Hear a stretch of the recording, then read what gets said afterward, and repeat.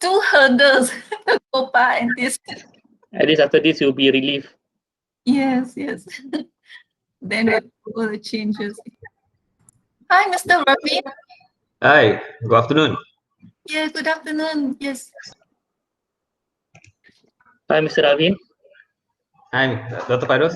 Yeah, I'm Fairuz, the Dean of FOM. Nice to meet you. I don't think I had the pleasure of teaching you last time. I was informed you are our alumni, right? 2005. Yes, I was from 2003 to 2005. Yes. Oh, okay. So we just missed 1 year because I graduated from FOM BBA Management Multimedia also in 2002. Okay. So I think we missed by a year lah. We didn't manage to meet each other. Yeah. How's your day today? You're working today or half day or in the office? I'm on leave today. Okay. Yeah, so this one also is a reason for me to take a break. Okay. Thank you so much for willing to be our IAP. I think your feedback, especially with your experience with industry, will be very beneficial to the students and also staff to actually improve the program. Yeah, my pleasure. Yeah. So I think I'll just quickly introduce. So I think we have not officially started, but I will just quickly introduce. I think you have talked to Dr. Lan. Dr. Lan Nguyen is basically the program coordinator for this program, Diploma in Finance. And for our staff, actually, we are assigned into different departments according to the area of study. So the head of department for finance is basically Dr. Teh there, Dr. Teh Boon Heng. So I think the rest of the team is joining soon. Yeah. We are waiting for Dr. Rosanna, right? Yes. Yeah. So hi, Your talk Dr. will be at 3 p.m., Dr. Ravin? Mr. Ravin? Yep.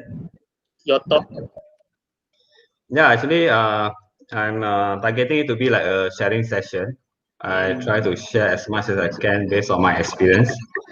I also understand that this is more targeted to the diploma students. So I hope I can be as simple as possible. But actually, for the talk, we also open it to other students, okay, even for the degree students. Yeah, I received messages from my friends also getting those invite. Because we post it in our social media. Yeah. Yeah, it's good to have you share your experience. Dr. Teh, wanted to say something just now, Dr. Teh?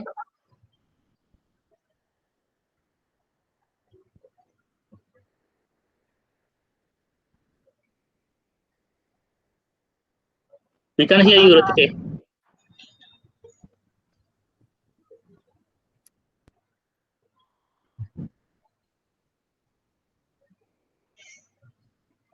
Dr. Teh, we cannot hear you.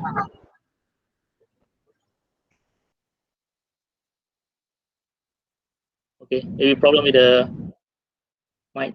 I think also just joining us just now is basically Dr. Ruzana. Dr. Ruzana is actually the Deputy Dean for Academics and Internationalization. So basically all the academic matters are under her. Hi, Dr. Rosanna. Hello, Ravin. Nice to meet you. Yeah, you too.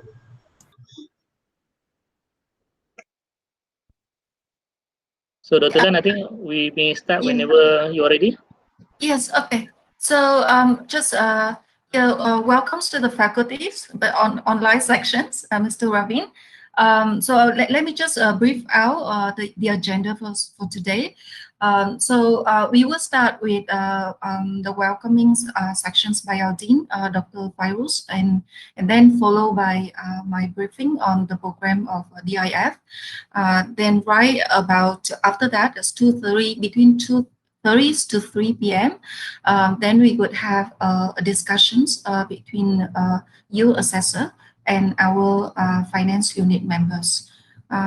Then about 3 p.m. to 4 p.m. So that would be the sharing sections that for you, to all the staff and the students. And then from 4 to 4:30, that would be the time for you to prepare the reports that giving us some of the feedbacks on our programs. And our exit meetings would be between 4:30 to 5 p.m. So we hope that everything will go according to these plans. Otherwise, we would just like, I think roughly about by 5 p.m. would be able to, see how fast is that. what I expect is maybe the first sections and the sharing section might probably will spill over a bit, but I think that shouldn't be a problem. Yeah, for others. So without further ado, I just pass and invite Dr. Fairuz for a welcoming speech. Yeah. Thank you, Dr. Lan. I'll just present just a few slides.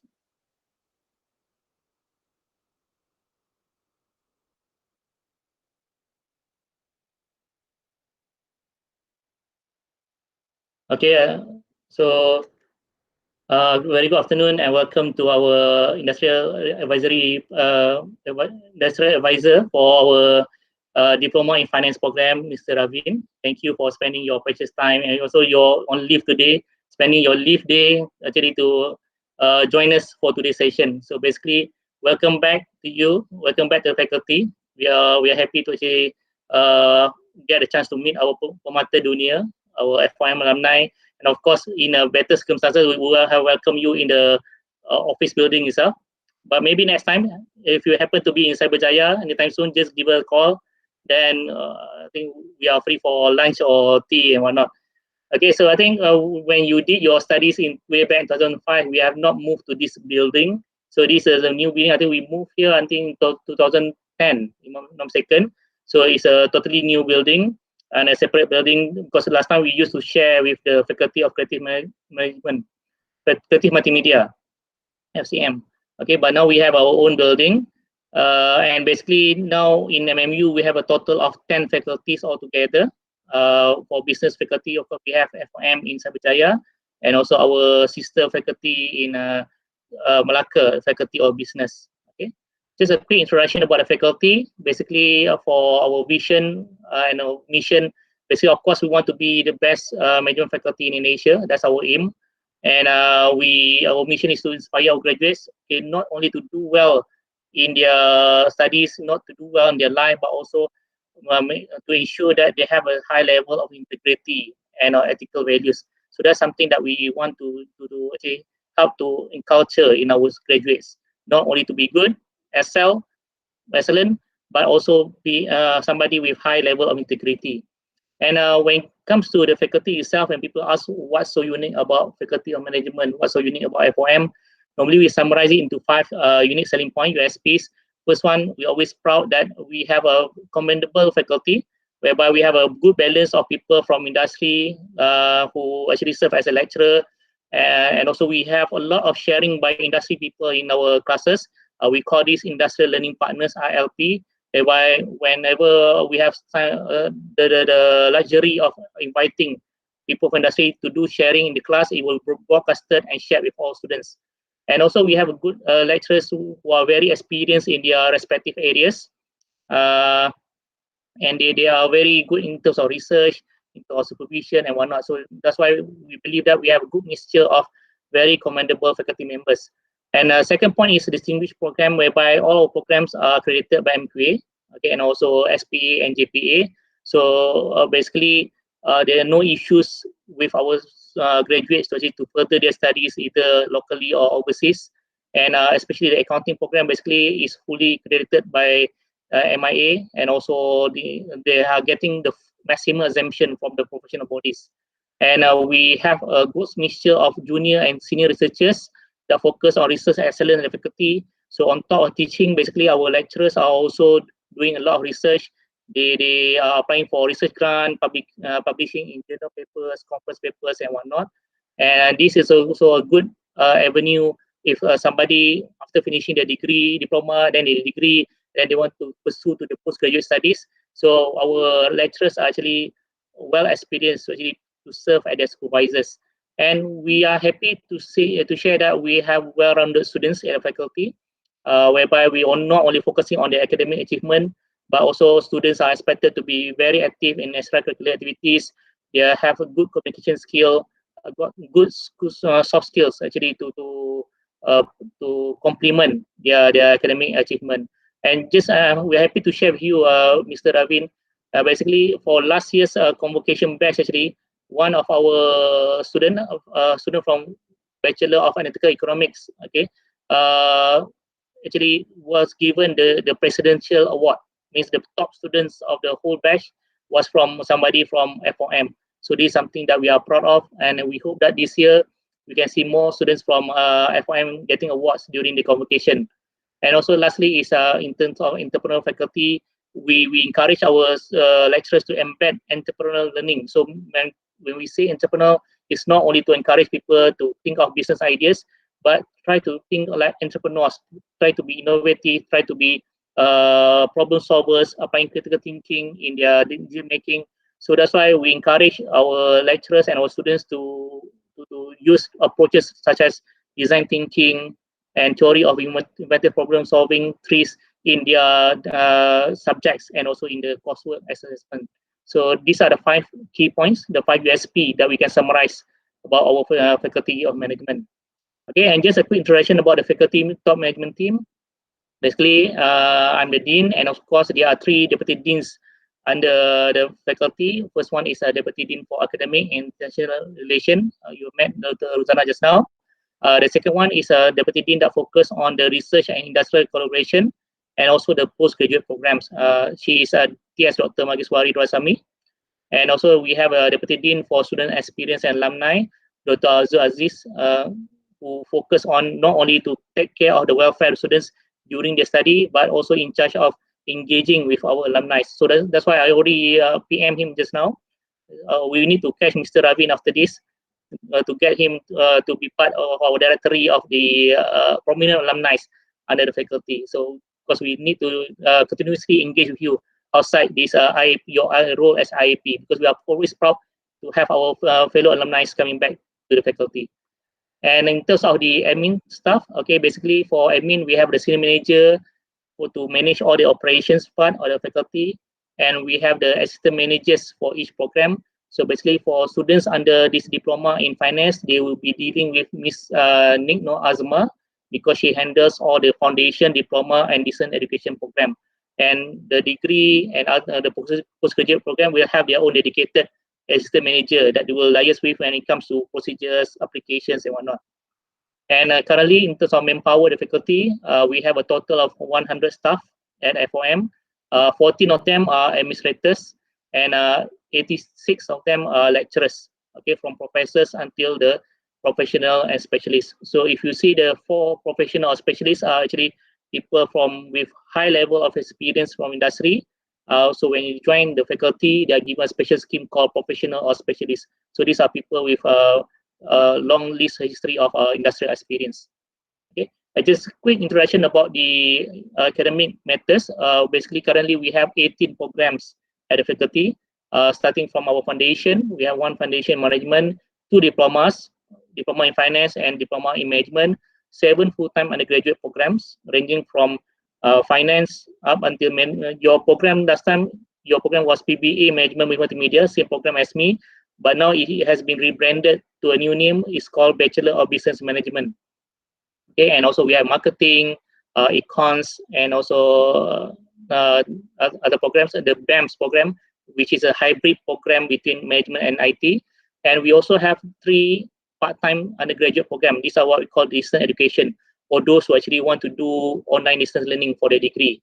And for PG, we have normal MBA, we have executive MBA that is full-time basis, and also we have Master of Philosophy that is full research, and we also have doctorate, 2 doctorate programs, the Doctor of Philosophy that is 100% research based, and also something that might be interesting to you, since you already have an MBA, you might want to upskill to a DBA, Doctor of Business Administration.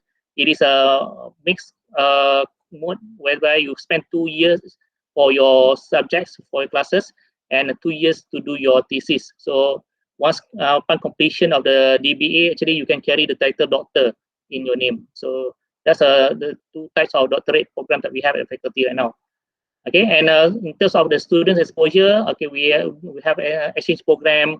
We have programs for our students, and last year and this year, so we see COVID provide an opportunity for us to do a lot of webinars, something that is not easy to do in the past because we need to prepare our logistics, but because of COVID, it's easier for us to arrange for industrial talk, industrial sharing, even with people from the industry and overseas.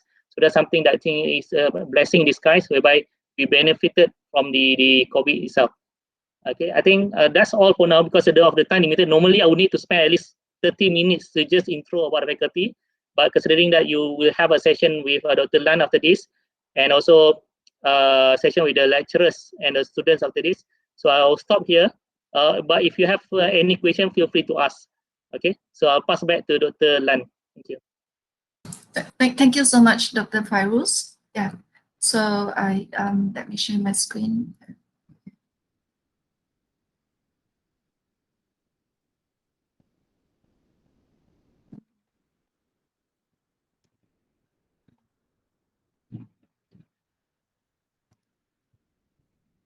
Right. Okay.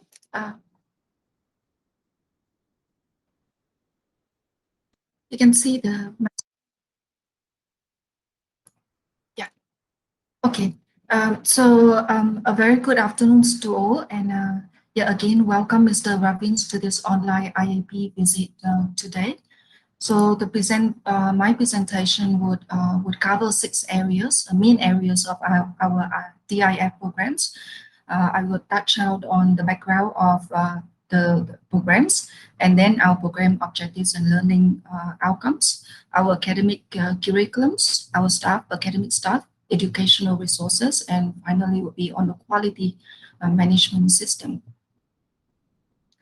First of all, just allow me to give you some of the background of our DIF program. So our program was, we received the approval letter from the Ministry of Education on the 15th of May, 2009. Our programs would consist of, this program, the full name for that is Diploma in Finance, and we call it in short as DIF.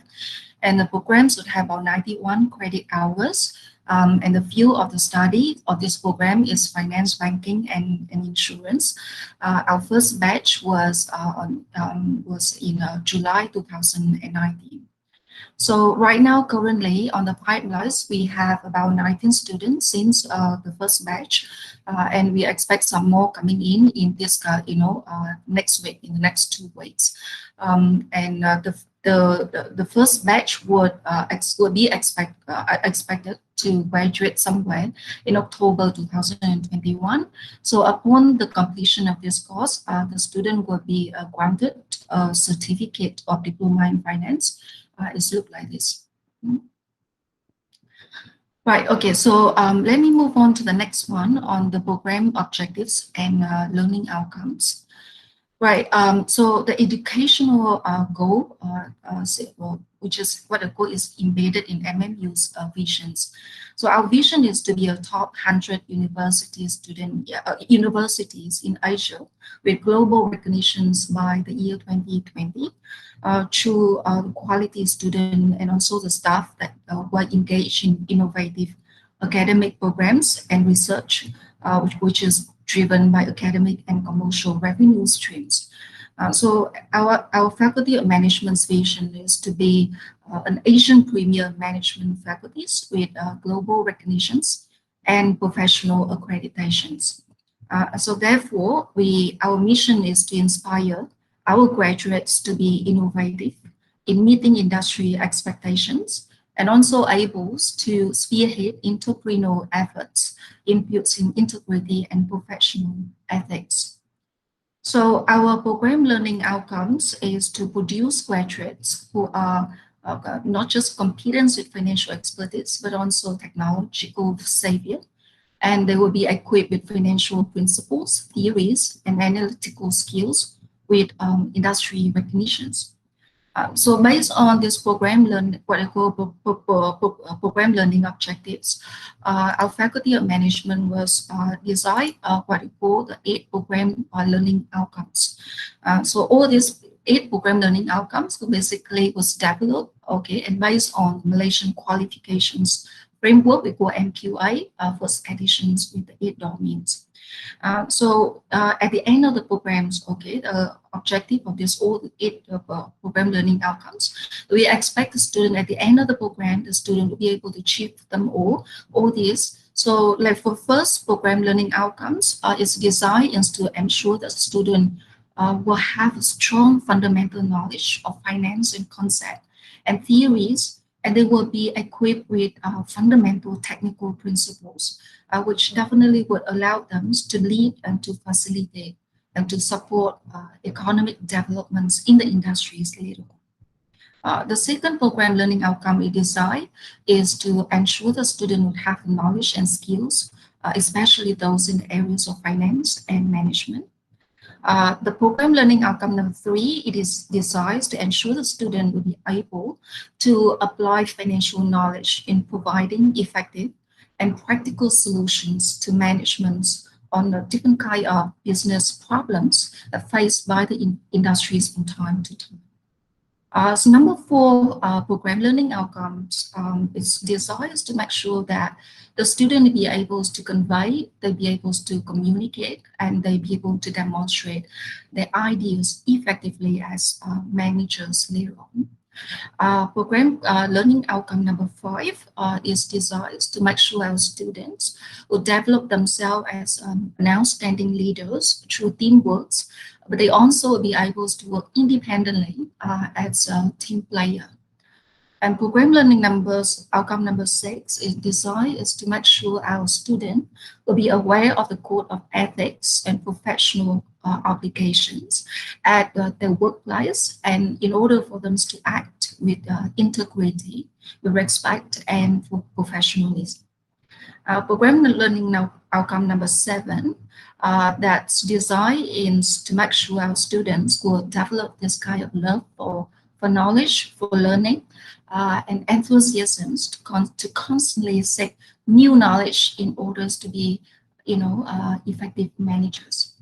And last but not least, the program learning outcome number 8, which is designed to make sure that our student will be able to demonstrate the ability to analyze business problems from different perspectives, and they will be able to demonstrate the different kind of skills that needed in order to be successful in the corporate environment. So all these 8 program learning outcomes, we communicate to our various internal as well as external stakeholders through our websites and our student handbooks and poster as well. So moving on to academic curriculums. In terms of the entry requirements, when the student was admitted to the program, so we have 2 different sets of entry requirements, one for Malaysian students, local students, and another one for international students, as you can see on the slides. Now, based on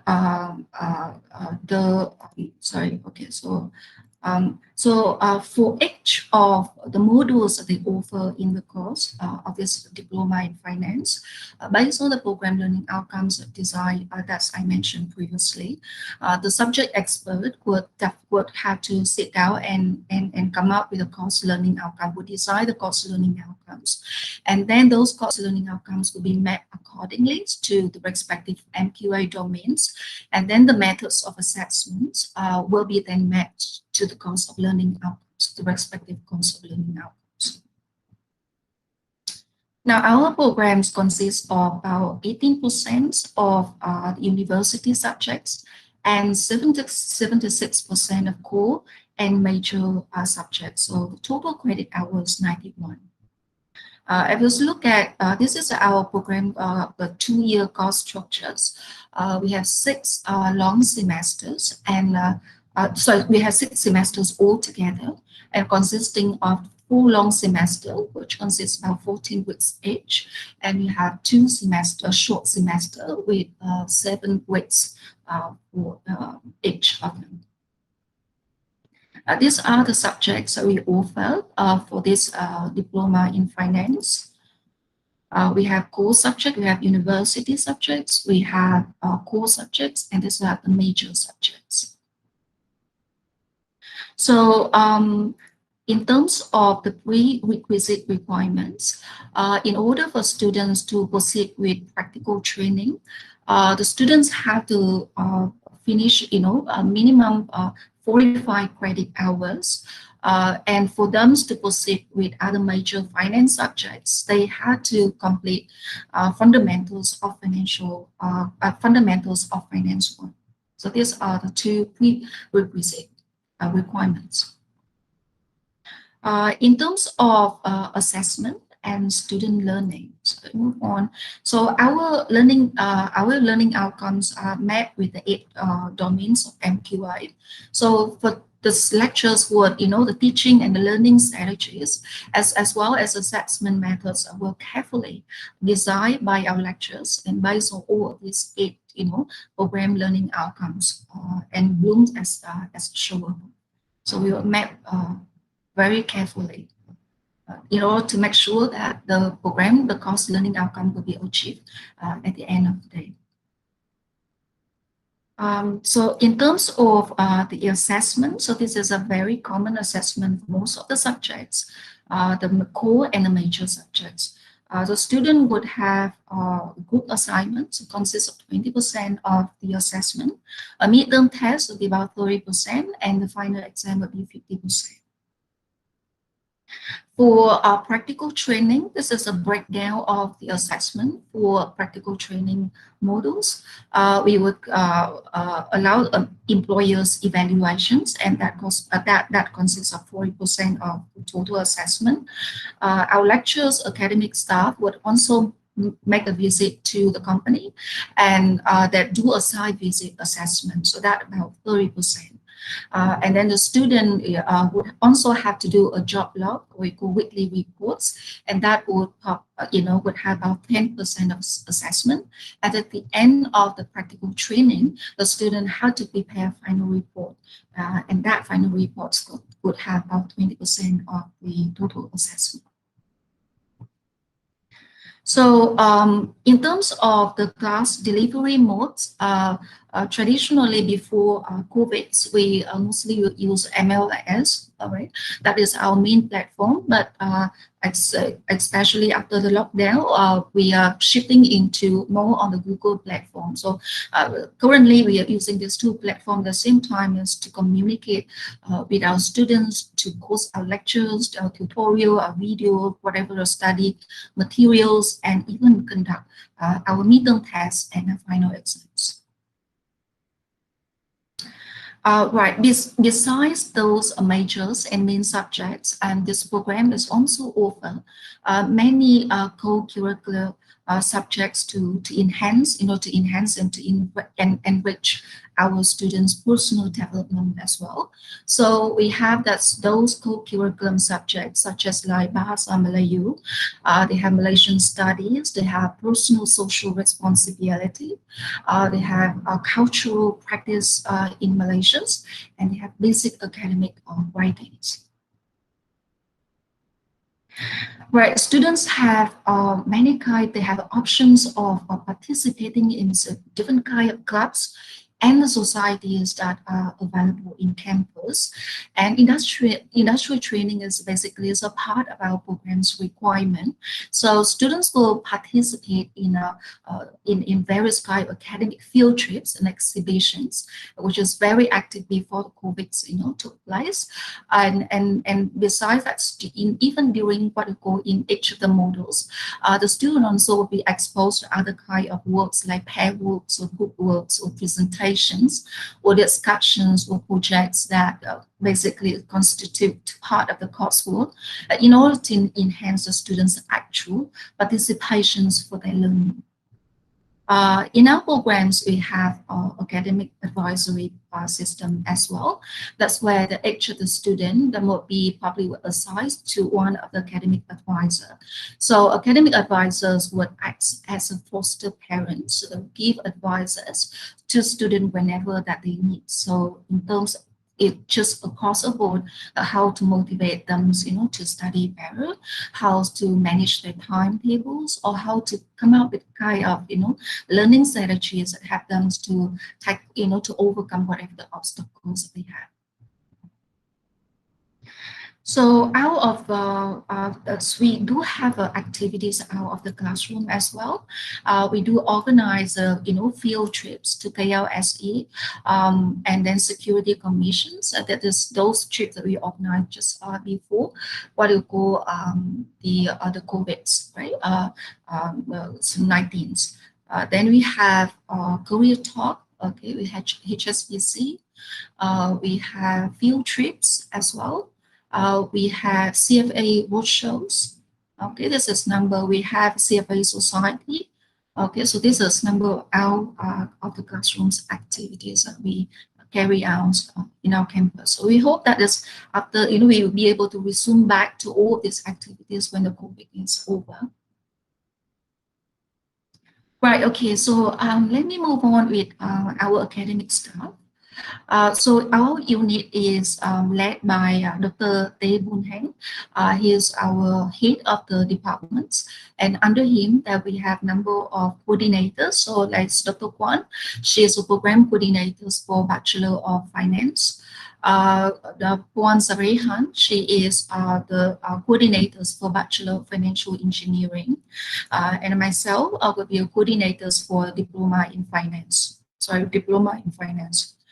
And then we have coordinator for industrial training for Bachelor of Finance and Bachelor of Financial Engineering is Puan Iza.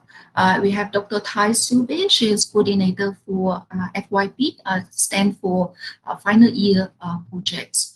And for industrial training for DIF, we have Dr. Yvonne, so she is taking care of industrial training for both DIF and the Diploma in Management as well. So in what we call the number of staff that we have in our finance units is altogether 11, 9 with doctorates and 2 with master degrees. So this is a phases of our finance unit. I think you might probably met them during the last visit. Yeah, we're still the same phases. Yeah. So in terms of the workloads, okay, the workloads will be decided by the head of the unit, which Dr. Tae, and then will be cascaded out, communicated with our group members, and then our members would have chance to actually look at our workloads and then see what any kind of concerns and that, and then you can bring it back to our head of units. So far we are having a fantastic teams, basically working very harmoniously to ensure that we carry out our tasks, possible. So for teaching evaluations, exercise will be conducted once a semester at the end of each semester. And this is a very fantastic way for us to actually receive feedback from our students and also, to enhance and to find ways to improve, our teaching and learning or even assessment as well. So all the concern that, let's say, what other things that we want to improve that will be brought back to our AIC, stand for Academic and Internationalization Committees meeting for quality improvement. In terms of the training, professional developments and career advancement, the universities has a very clear mechanisms and procedures for professional developments and career advancement for all staffs. So we are all sent for trainings and professional, courses or even a career advancement as well. We are attending whatever that's the training is needed for us to enhance our teaching and assessment skills and so on. Our staff are very active in academic, participating in academic conferences, in journal publications, in applying for international and national funded projects. Our staff conduct talks and trainings to students, staff, and external guests as well. And some of our staff actively actually giving training consultancy for industry partners. Let me move on to the next one. Is on in terms of educational resources. So we have lecture rooms, okay, lecture theaters, tutorial rooms, and laboratories. Okay, just a few snapshots on the facilities we have. This is snapshots on our libraries and on our labs. This is on our staff offices and meeting rooms. We have accommodations for our students, and we have cafeterias, so outdoor for students to dine in. We have even a branch, a CIMB bank branch. It's located right in the campus itself, so students can make their payments or tuition fee payments or withdrawal and so on. We do have sport facilities. Okay, you can see here we have swimming pool and we have running tracks and volleyball, basketball fields. And this is a snapshot of we have vehicles, we have buses and lorries and cars, to assist our staff and students wherever that they need to move out from one campus to another, or have field trip and so on. Right, so the universities will actually allocate, we have specific budget allocations for every year in order for us to upgrade, for us to renew, okay, whatever that's the library services, software subscription, and so on. So right, okay, so let me move on to the last part on the quality management system. So the main decision-making components or members of the faculty is our faculty dean, which is Dr. Fairuz, and the faculty board, academic and internationalization committee, or stand for AIC, and the program coordinators. So those program coordinators will be appointed by our deans, and it's you can show on organization charge. So for that's all these appointments would be done on an annual basis. So definitely would based on the requirements and the needs of the program itself. So those information would definitely cascade down to all the staff through monthly faculties of board meetings and chaired by the deans and minuted by our assistant manager. So that is how issues, whatever the issues, whatever that what the information about whether should you offer a particular intake, that would be cascaded out from our top management, as like Senate, and then management committee, and then through our dean councils, and then going to coordinators, and then our admin teams, and then promotion and marketing team, and then finally to our IT team is to communicate and post it via our website or social media, or in our handbook, etc. So the decision-making body, okay, mainly is for academic internationalization committee. So we have meetings like once a month. So topics, what you call subjects such as like should we the subjects revisions or program learning outcome, any revision that related to the program will be brought to this meeting, and then we get the endorsement by all the members of this AIC, and then furthermore that will be brought to our board meetings, and that will get the final endorsement what you call from all our academic members, right, and then that would. Then only after that, the issue would be brought up to our Senate meeting and so on and so forth. All right. So the program coordinators was normally be selected by the dean. We have a proper letter of appointment, and in that one we will have like terms and conditions of what we have to do, as a coordinator. Right? To overlook all the program, to review, and to make sure that that's under responsibility to enhance the program, quality and the standard as well. So besides that, we have an administrative team of staff that will support our academic team as well. We have senior managers, we have assistant managers, we have clerk, we have technicians, and you have secretary as well. So in the efforts of continuous improvement, this is what we plan to do in the year 2021.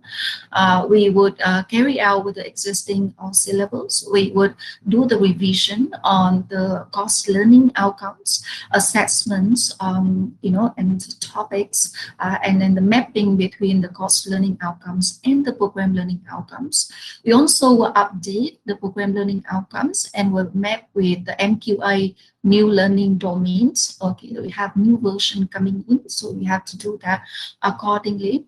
And we also look into that we would add number of components that would, would demonstrate the latest developments in the area of finance, such as like fintech, in order to enhance the relevance of the subjects over in our program. Okay, so that would be very much for my presentations. Yeah. So thank you, and if you have any questions, please do so.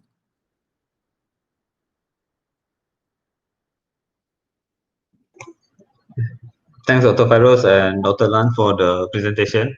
It has been insightful. Being a ex-student myself, easier for me to appreciate what has been presented. Just to share, I think I went to the campus about 2 years ago. So that was my first time setting foot in the new facilities. It was definitely different during my time. I can feel that, Cyberjaya is going through a massive development. And looking at the academic profile, I can see that you have been recruiting a lot of professionals. There's also a number of professors and with qualification. I think during my time, it's very hard to find lecturers, with doctor qualification, which is now is good. I think there's something improvement for university. And then looking at your diploma program plan also is quite impressive for a diploma program. I would, if you never tell me this is a diploma program, I might get confused with a degree program. So that's a little bit from me at the moment. Yeah. Thank you for that wonderful feedback. Yes, yes. So we would just shall we move on to the next sections? I think our finance units members are waiting to have a chance to talk to you. Yeah. So I would invite our unit members to come in. Yeah. Okay, thank you, Mr. Ravi. I'll see you in the exit meeting. I think I'm supposed to leave this session. I'm not supposed to be here when the staff talks about the faculty. Yeah. So I'll see you later in the exit meeting. Thank you. Okay, sure. See you. Yeah.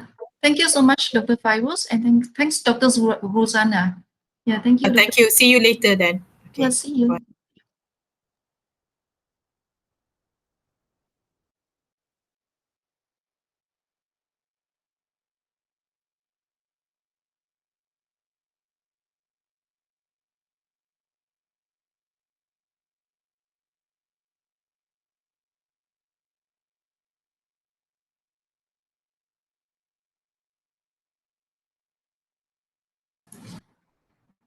Hi, a very good afternoon to all our beloved finance units. Yeah, so let me introduce is Mr. Ravin. He's our industrial advisor panel. So you'll come over to visit our unit, and you just have some interactions with our unit members regarding to this Diploma in Finance program. So with that, I would pass to Mr. Ravin for use to have a conversation with our unit members. Yeah. Hi, my name is Ravin. You can just address me as Ravin. I think I say where I'm ex-student of MMU, graduated in 2005. Maybe for a start, if you would like to share anything, then we can start the discussion.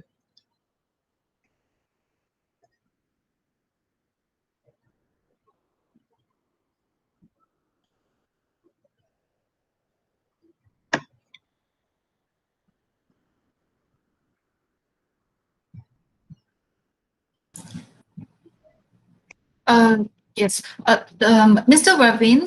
So we have that most of yeah, you can ask them anything that related to the learning and teaching for our diploma students. course learning teaching. One Isa, she is specializing in banking, whatever banking subjects. One Sarihan, I think she's is an expert in financial management. Kwap Lai Ming Ming, she is our expert in investment subjects. Dr. Chung Lily also on the derivative in investment. Dr. Yvonne here, she is in charge of industrial training for DIF, for Diploma in Finance and Diploma in Management.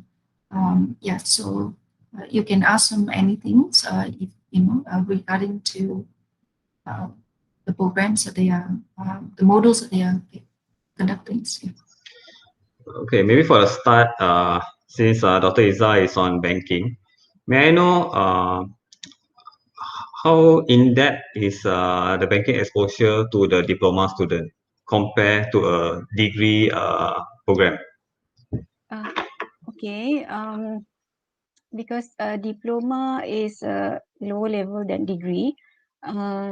For banking subject, we only have, I think for diploma, we only have commercial bank management, right, Dr. Nguyen? So only one subject on banking.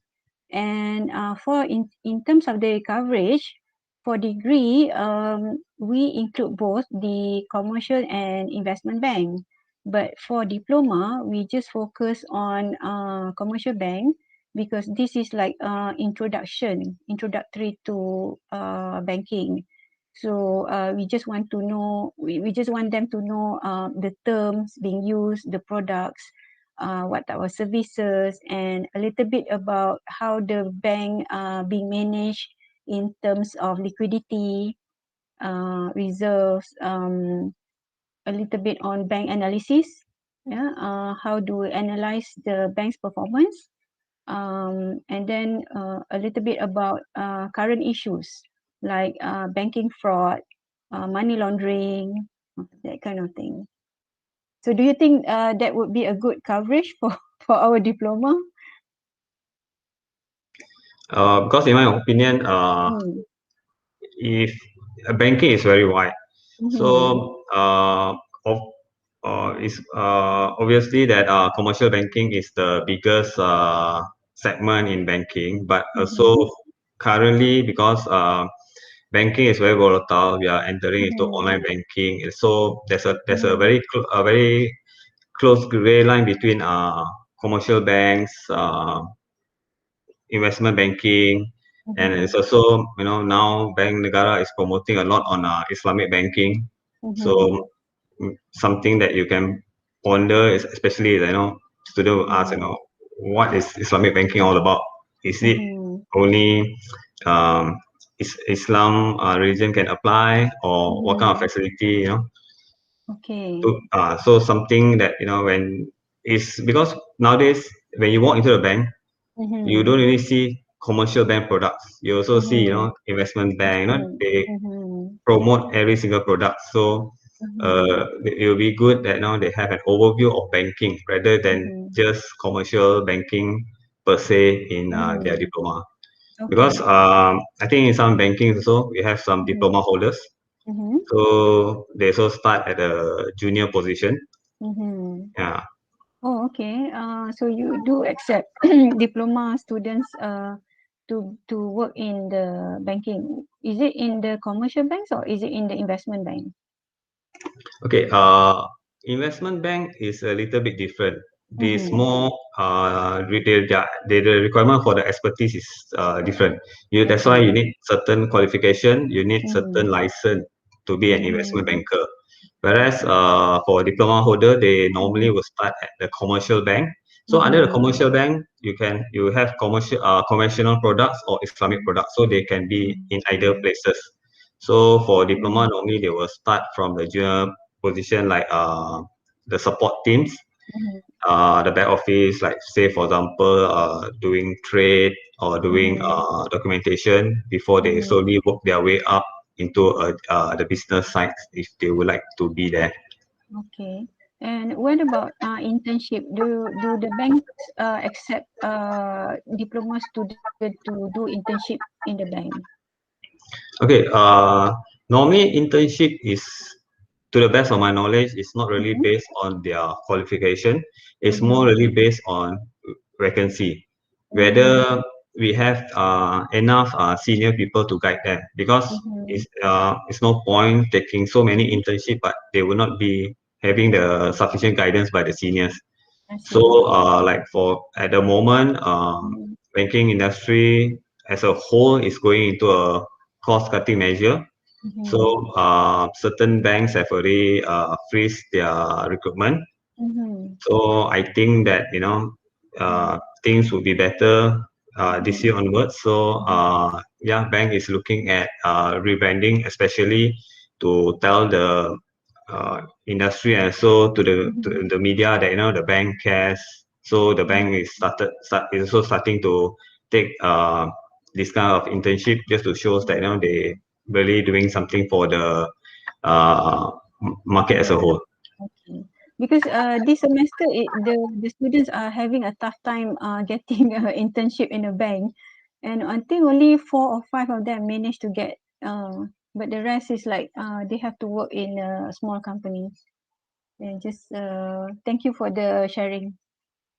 I think another thing for internship maybe can consider F-Step is a training segment under Bank Negara, where Bank Negara will take student in the finance field. Either they train them or they will instruct the banks to accept F-Step trainees. Okay. Yeah, so that's another way. Instead of approaching the bank directly, you approach through Bank Negara. Okay. Okay. Thank you so much for the information. Yeah. Okay. I will give back to reply. Okay, can I say something regarding the having this Islamic element component in the diploma in finance? I think we can make it as an assignment. Okay, I think when someone we develop, I remember when we developed the diploma in finance program, we aware we have to follow certain standard as well.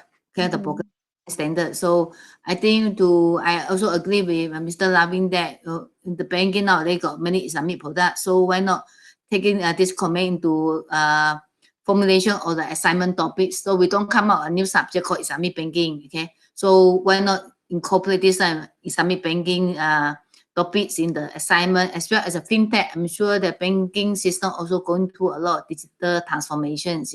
So that will be also incorporated in this only subject in the diploma in finance. That is my view. Thank you. Okay.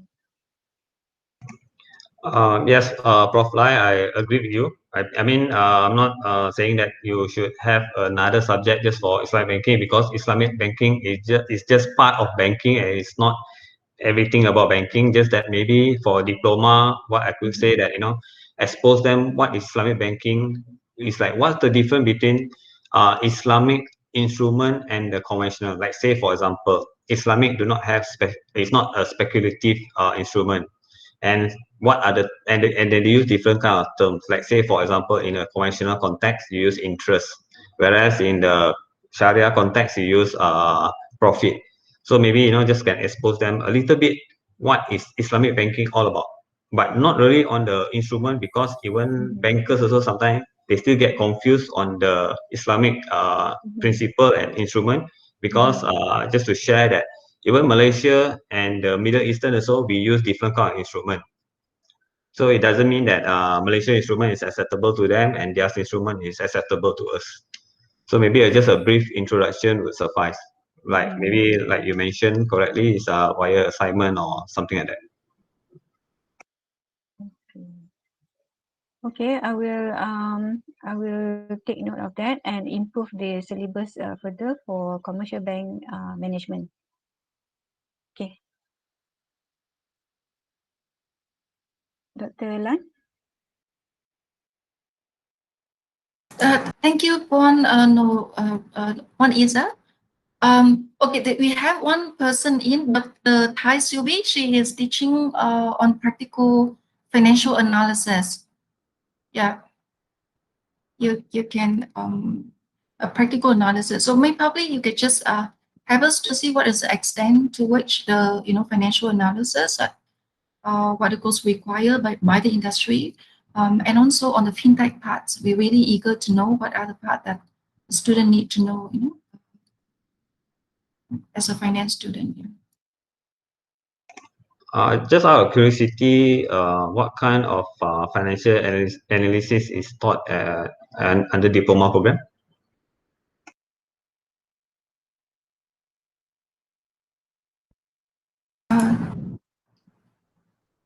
Dr. Tan? Dr. Tan? You are asking about practical financial analysis? Yes, that's correct. You mean to what extent the coverage for that, right? So basically it is covered the financial statement analysis part, like the ratio, financial ratio part, and then it's covered also the cash budget, and then the external financial iteration financing needed, that will be from the part of the cash budget. We will go first. After that, if there is any deficit, so it will go for like either go for the long-term debt or this. So that will be, we will use the spreadsheet to work it out. So that basically is more on technical part that we will need to key in the command. Okay. So I think the student facing some problem in the which is because might be this is the first time I teach them. So the level of it is could be up to the degree level. So I was thinking in the future I may put it in the diploma level that's not go so in depth. They are facing some even though during the lecture actually I guide them, I give them the theory part first. After that, another 1 more hour we go for practical. So I show them, and during the tutorial they will follow me to do the question. So aside from that, also they learn about the bond valuation, stock valuation, and I think it's quite comprehensive, the coverage. Yeah, so could be you can give us some feedback on the practical part in the possible in banking industry, up to which level actually for diploma students should know about that. Okay, I think from the banking perspective, I just want to check when you run those financial spreadsheet with the student, especially during your tutorial, is it based on certain case study? That is the question asked. Yes, yeah. There is a not really case study. It's like a long question, like cash budget. They have the given like that is not exactly like the case study a story like that, but just like they give some quite straightforward the information. All this, then they need to apply it in the using the spreadsheet to come out the solution. Yeah. Okay. I mean, financial spreadsheet is an important analysis in the banking. We have been constantly need to analyze, especially corporate clients, not really on the smaller banking, which is like retail banking. I mean, but bond valuation is quite technical, which in my opinion, I think is too much for the diploma student. I think for diploma, my suggestion would be. Sorry. Okay. Yeah. No, because my internet is not so stable. Yeah. Right. Okay. So you can proceed. Yeah. Sorry. From my opinion, I will think that as a diploma student, I think financial spreadsheet will be the key component for them to know, because all bankers need to know how to read the financial statement. That is the main important. But for bond valuation, even at the investment banking, right? Sometimes we also engage a consultant to do this. So it's good for them to know, but I think it's quite heavy for diploma student. Actually, up to the stock valuation, right? Because I use the textbook that they have their own, what you call the program, which is we need to download their spreadsheet. Then they have a built-in function there. So some of it we can use like quite straightforward, the like, you know, the formula, and some of it like we need to write the commands. Yeah, that would be very I mean tedious for them lah, for the diploma level. I think for degree level also, I think they should view it like quite you know, because it's like you cannot, like a comma or a dot actually will make difference. Sometimes the command, they cannot catch a command solution. Even like a spacing, a space like that, it is so technical actually. Yeah, that is what I found, that they will be like for them it's quite difficult to have so in depth. Yeah, this is because first time I teach, so I learned from this time. So I think next if in the future it's offered, we could go for quite the basic one for the diploma program. Yeah. Can you hear me? Yeah. Okay. Yes, loud and clear. Sorry.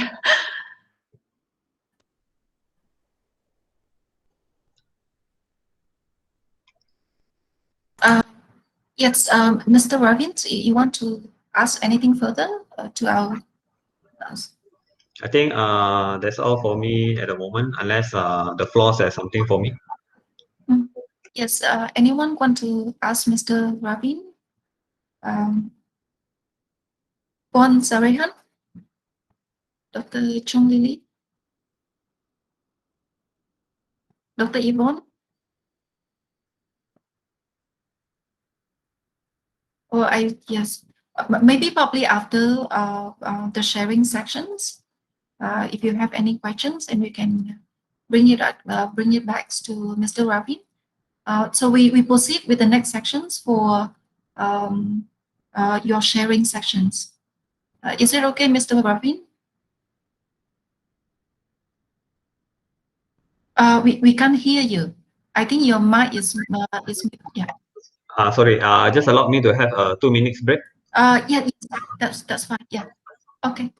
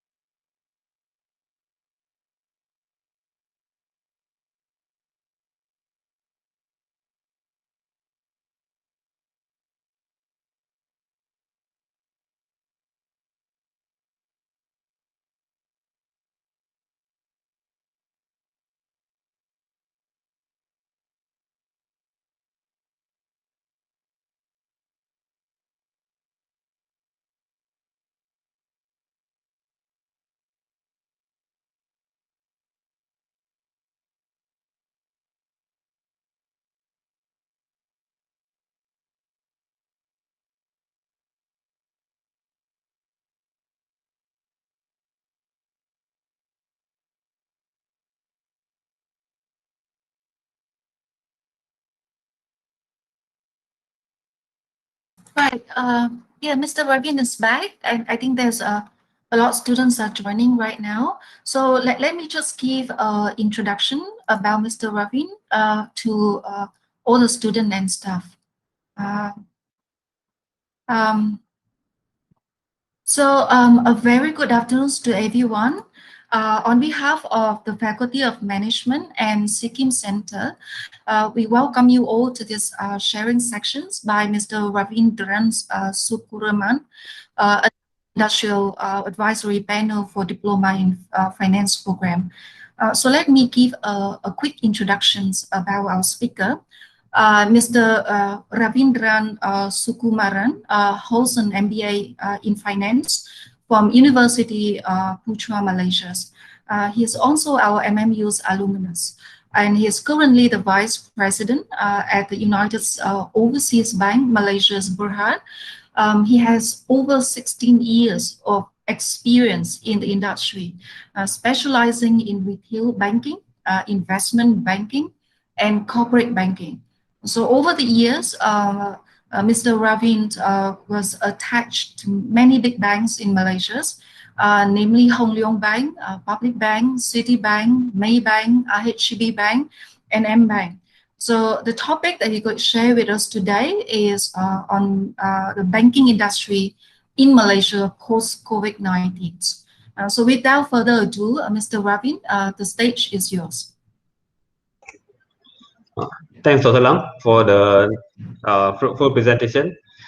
Please just allow me to share my PowerPoint slide. I just prepared a simple slide a while ago.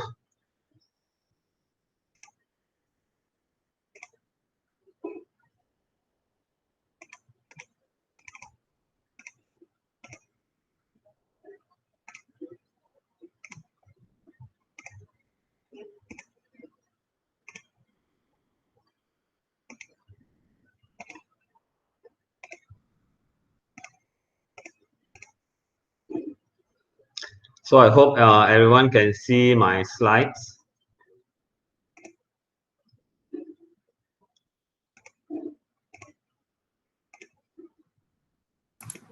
We can see. Yeah. Okay. Good afternoon to all, and welcome to this sharing session. This session will touch on how banking industry has fared throughout this unprecedented time due to COVID-19 and the shift to digital banking resulting from the pandemic. While I present, feel free to drop any message at the chat box and I will try to answer as we go on.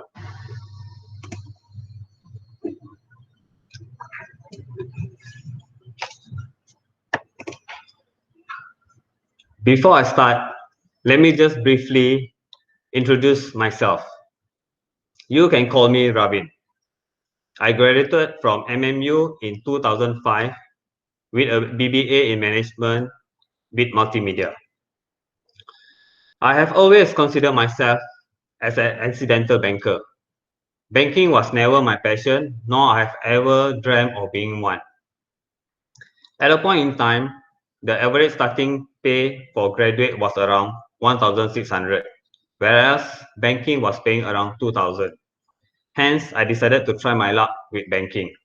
Of course, you have to minus, the accounting graduates and the law graduates.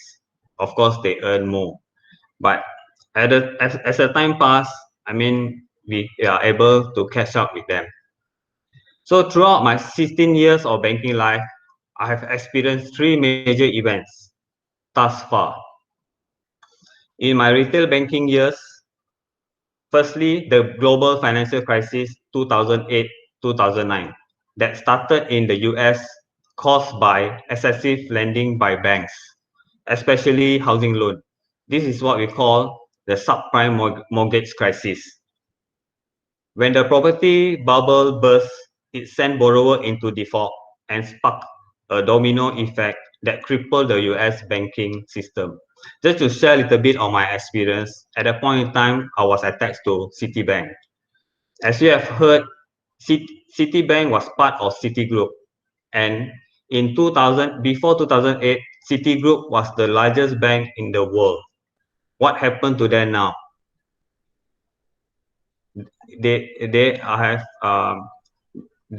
Some of the group has been downsized. They have sold their insurance arm, and at one point in time, post 2008, they were in debt. Hence, the Federal Reserve have to bail them out. And after a couple of years, they are finally out of the woods. And throughout my investment banking career, I experienced what we call the 1MDB saga, which you guys might have heard about this in the news. Therefore, I shall not dwell further into this. And finally, throughout my corporate banking years, I experienced the COVID-19 pandemic, which we shall talk more about this as we go on. Throughout my 16 years of working, I find that, there's no end to learning. Hence, I took my MBA in finance. As a banker, you need to have some finance experience. And currently, I'm pursuing my chartered banker, which in the banking industry is considered the highest banking qualification.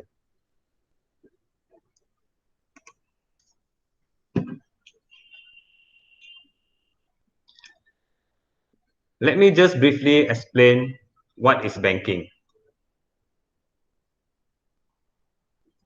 The primary role of banking system is to provide a mechanism for individuals and entities to save surplus fund for future events.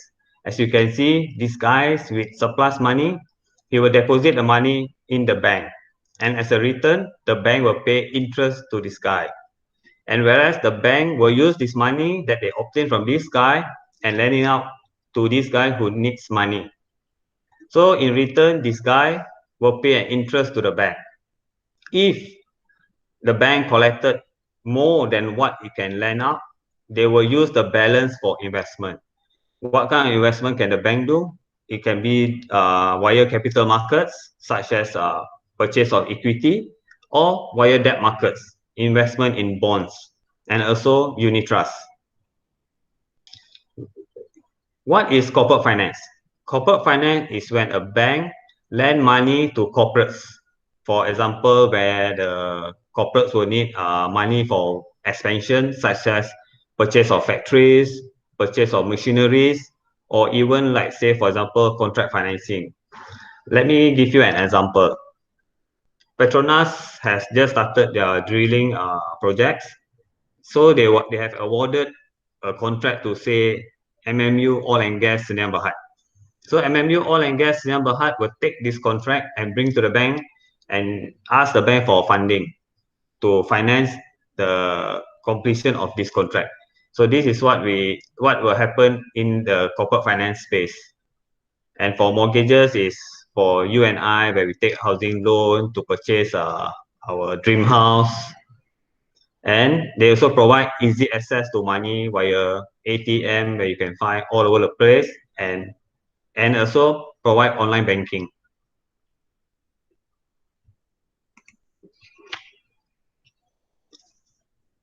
Let me just share with you the list of commercial banks in Malaysia. Firstly, what is commercial banks? Commercial banks are the banks that accept deposits, provide checking services where the account holder can issue check or giving out loans. Who are the biggest local banks and licensed foreign bank in Malaysia?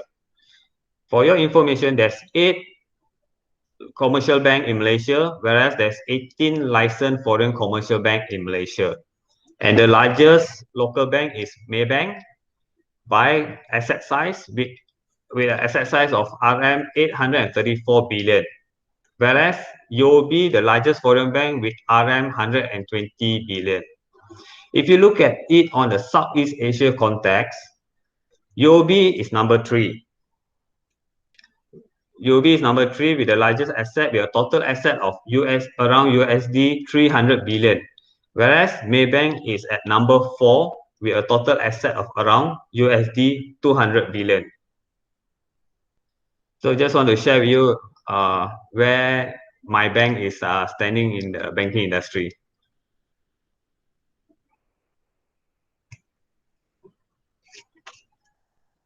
So let us move on to the focus of this sharing session today.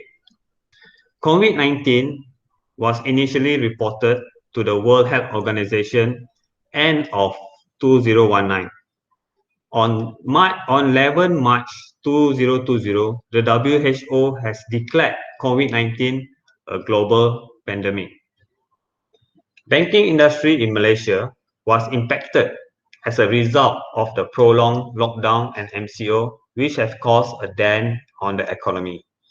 Some people would say that, this could be the time of challenge, some people lose their job, but in every disaster, there's always opportunity. So I'll share that as we go along.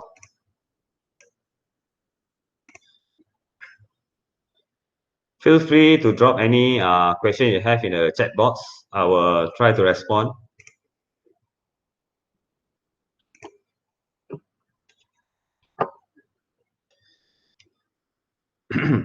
From this chart, it shows that most of the key business sector experience weaker loan growth.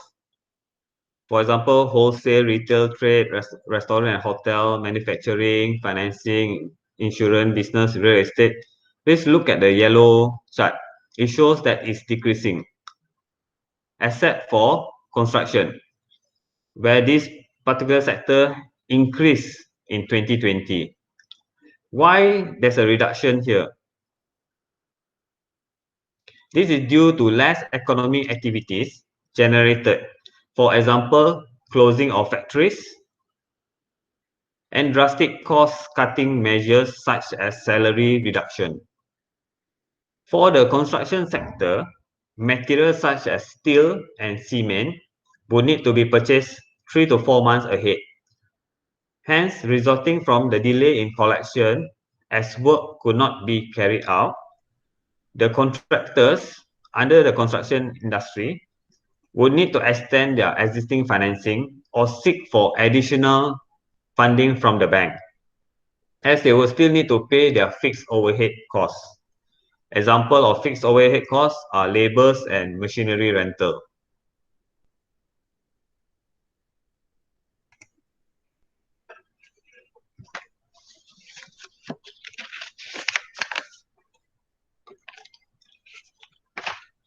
In this table, you can see that some of the Bank Negara relief measures that was done in 2020 to 2021.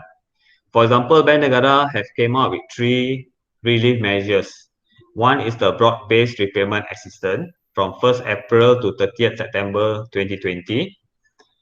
Another one is targeted repayment assistance, available for application from 1st October 2020 to 30th June 2021, and automatic approval for B40 and microeconomics applicant 23rd November 2020 to 30th June 2021. The difference is the first target is automatic. For example, the automatic 6-month deferment of principal and interest. Whereas for credit card facilities, the respective applicant will need to write into the bank to convert the balances into a 3 years loan. Whereas for corporate loans, the bank may facilitate requests for deferment or restructuring and rescheduling, meaning that, say for example, a corporate loan have a 5 years tenure. But because of this COVID, they cannot repay in 5 years. They will need to repay, say, in another 2 years. So we need to do a restructuring and a rescheduling by extending the loan by another 2 years. So during this period, this automatic 6-month deferment, so everyone will get it. Everyone will get it, whether you are under the B40 or you're the M40 or even the T20. So it's automatic. So during this period, it can be observed that the borrowers utilize this saving by investing in share market. Therefore, the capital market was flooded with retail investors. Retail investors are like people, you and me, individuals. Resulting from COVID-19, most of the businesses are unable to operate. Their share price took a hit. Hence, it was a good opportunity to pick up cheap blue chip shares. Example of blue chip shares are Maybank, Public Bank, TNB, Genting, and so on. We also notice that the rest which are not investment savvy may utilize their monies, for example, shopping at Lazada, Zalora, or Shopee.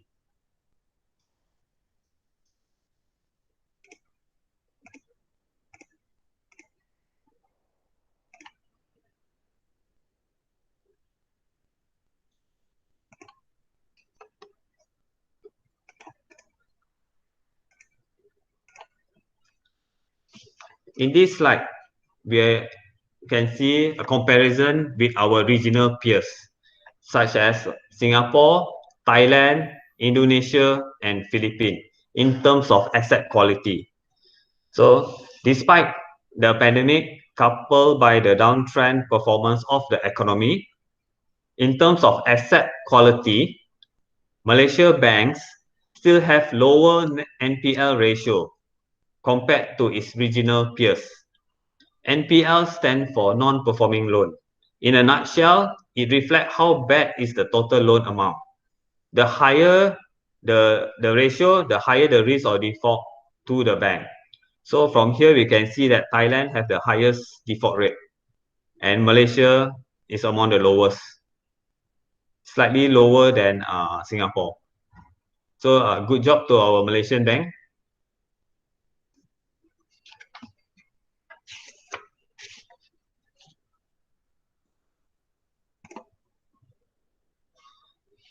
So let's look at how this pandemic had driven shift to the digital banking.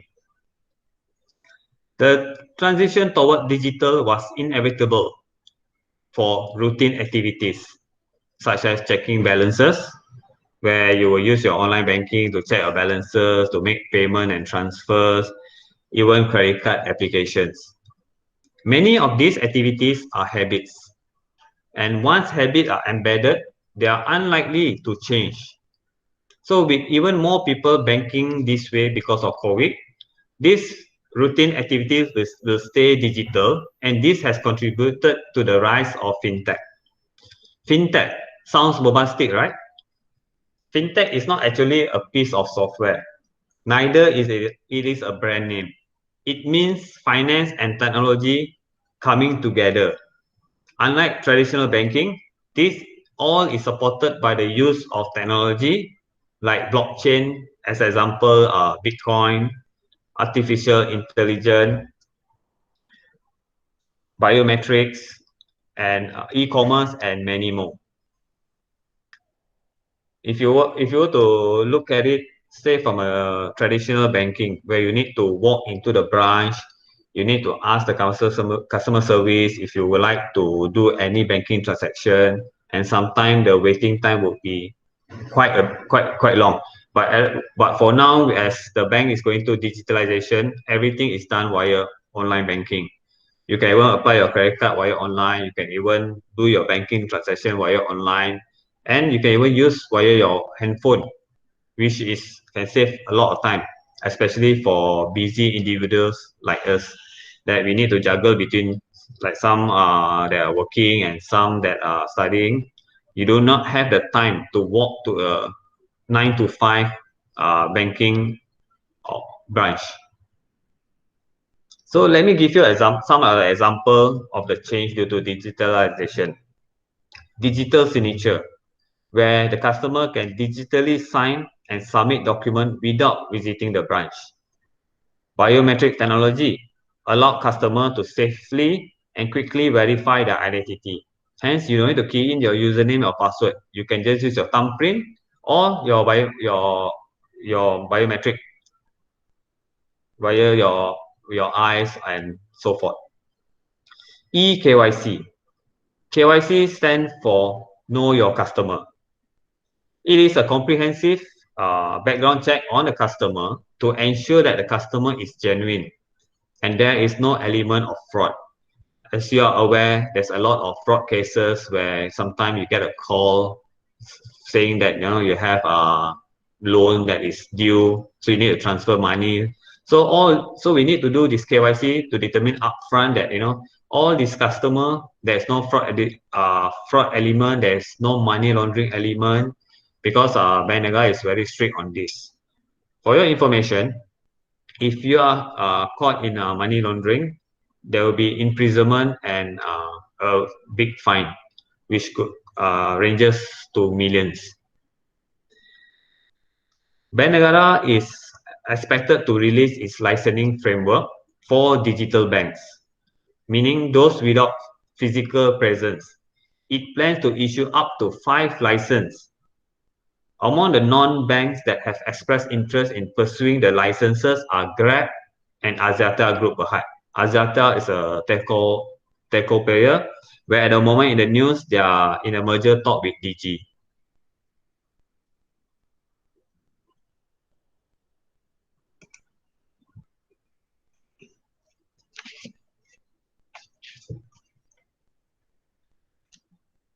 To summarize, although COVID has just celebrated its 1-year anniversary, however, banking industry is not out of the woods yet. We believe that banks are well poised to weather the crisis and play a crucial role in supporting the eventual economic recovery.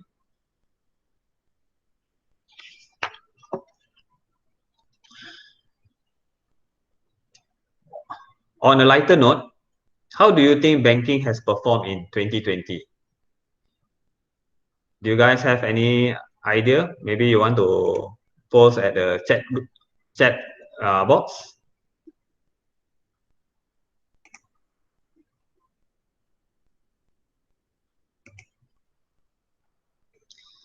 For your information, those holding top position in Malaysia banks has reaped bonuses and increment last year despite drastic cost-cutting measures. For example, Bank Group CEO, an increase of 58% in wages. Maybank CEO, an extra 1 million on top of his remuneration. These are all news article in the internet where you guys can Google. So to the best of my knowledge, during this COVID, although some of the sectors have been experiencing retrenchment, salary reduction, there is no news of salary reduction or retrenchment reported by banks. Despite challenging times, our jobs are safe. Hence, will you consider banking as a career?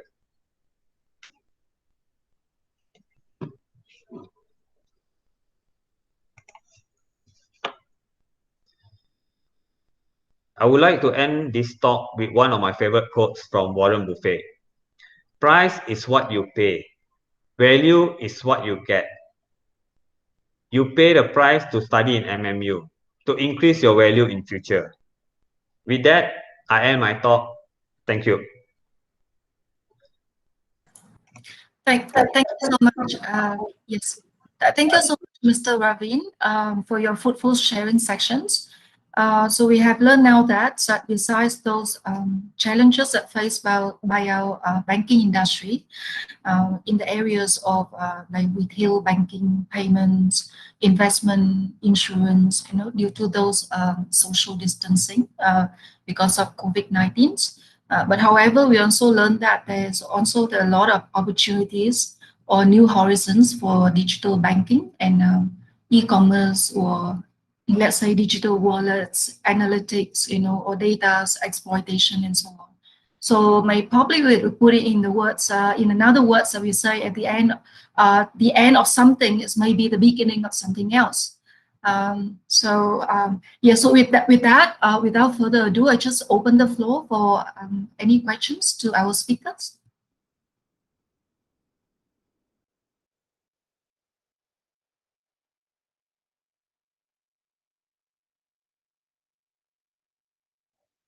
Mr. Ravin, can you hear me? Yes, Dr. Teh.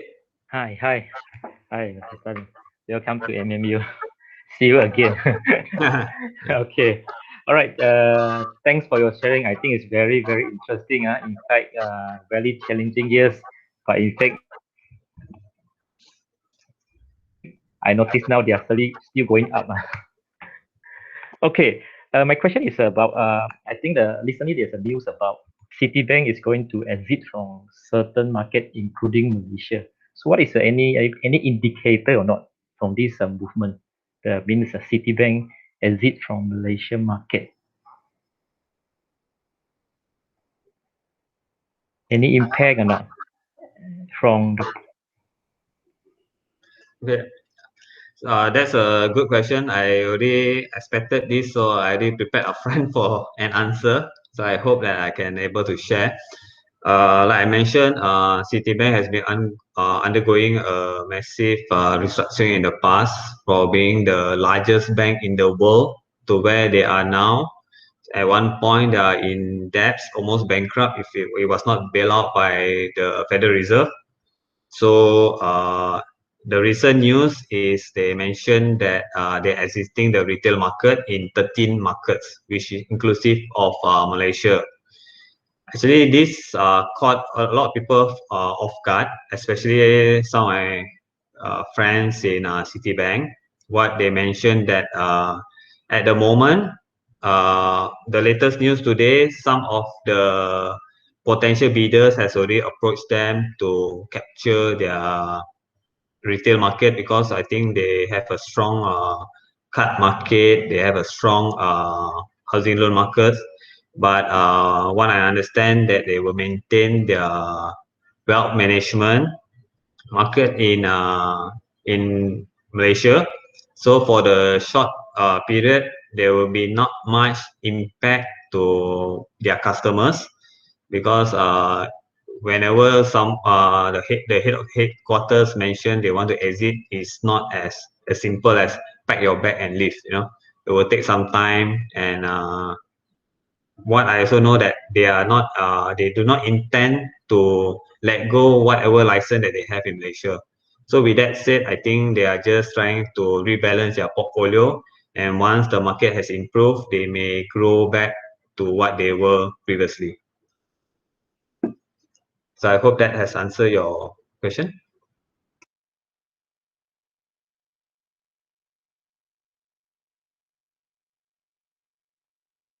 Mr. Ravin, I have one question. So due to this 2008, just now you mentioned about 2008, the global financial crisis, and that's maybe that is a start for all these fintech platforms to come in.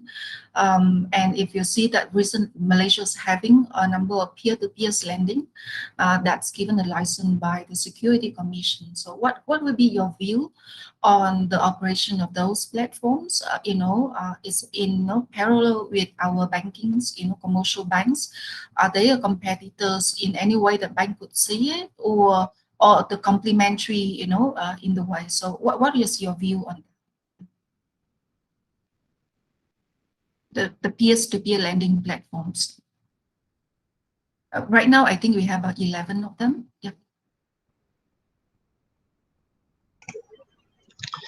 Thank Dr. Teh for that question. Can I just clarify when you mention peer-to-peer lending? Are you referring to bank or bank to customer?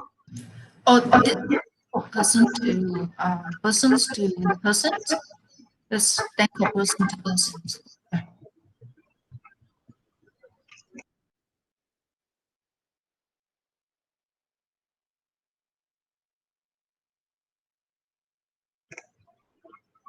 Okay. Let me come back to you on that shortly. For the time being, I saw there's one question on can you comment on household debt in Malaysia? It has achieved one of the highest level. Let me. Yeah, Mr. Ravin, that is for me for 5 years. Okay. Yep. Okay. Let me allow me to answer this question first. Okay. When you mention household debt in Malaysia, we could look at it from the two perspective. One from the banking perspective, and one from the individual perspective. From the banking perspective, banks have sufficient capital buffer. Even last year, Bank Negara gave some indulgence to the bank that they can reduce the statutory reserve requirement, and also Bank Negara has accepted for them to consider certain capital and as that buffer, which in the past those capital buffer is not part of their capital. But that being said, most of the banks do not adopt that. They do not reduce their reserve and they do not reduce their capital. So from the banking perspective, bank has sufficient capital in the event to absorb any of these shock in the industry due to high household debts. And from the Malaysia, from the consumer perspective, since last year, Bank Negara has already told all the banks to look at our portfolio, whether it's corporate or individuals, and to see whether a restructuring or any assistance is required. So this measure from Bank Negara is up to 30th June.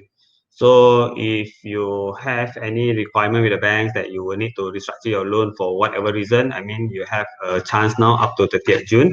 So with this being said, that with this restructuring, we are able to assist the customer to either lengthen their loan based on their capabilities, because some of them have lost their jobs. Maybe further moratorium in terms of principal repayment need to be provided, and this is hopefully will assist the customer to reduce their debts moving forward at a comfortable manner. So I hope that has answered your question. Yes, very well, Mr. Thank you.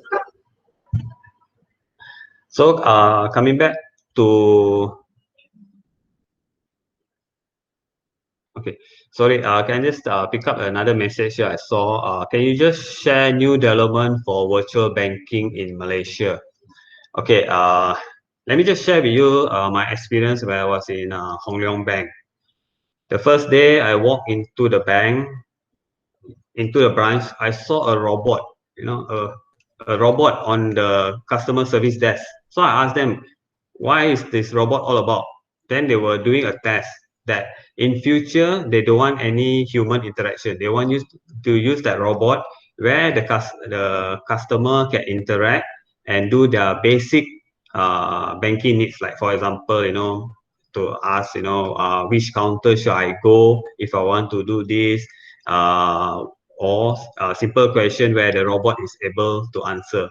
So looking at that element, I think that in terms of the virtual banking space, Hong Leong is way ahead. How you want to differentiate whether the bank has good virtual banking, you can just visit their online banking platform. If you can do a lot of things like even chat with them and even send them a message that, that instead of walking physically to a bank and the bank did not need to require any physical document from you, then to me, that is a bank has already been far with virtual banking. So in a nutshell, virtual banking is something that the bank cannot escape. A lot of capital need to be spent or has been spent in terms of millions. For example, even UOB, we are embarking into this virtual banking. We have already allocated quite a bit to upgrade our system, and so give it a couple of years, and you can see that most of the banking transaction will be done without visiting to the branch. In a matter of fact, that the number of people walking into the bank is getting lesser. I mean, also because maybe some are not banking savvy, especially the older age that will require further extent. But looking at the population now, where we are going towards the millennial, online banking is here to stay.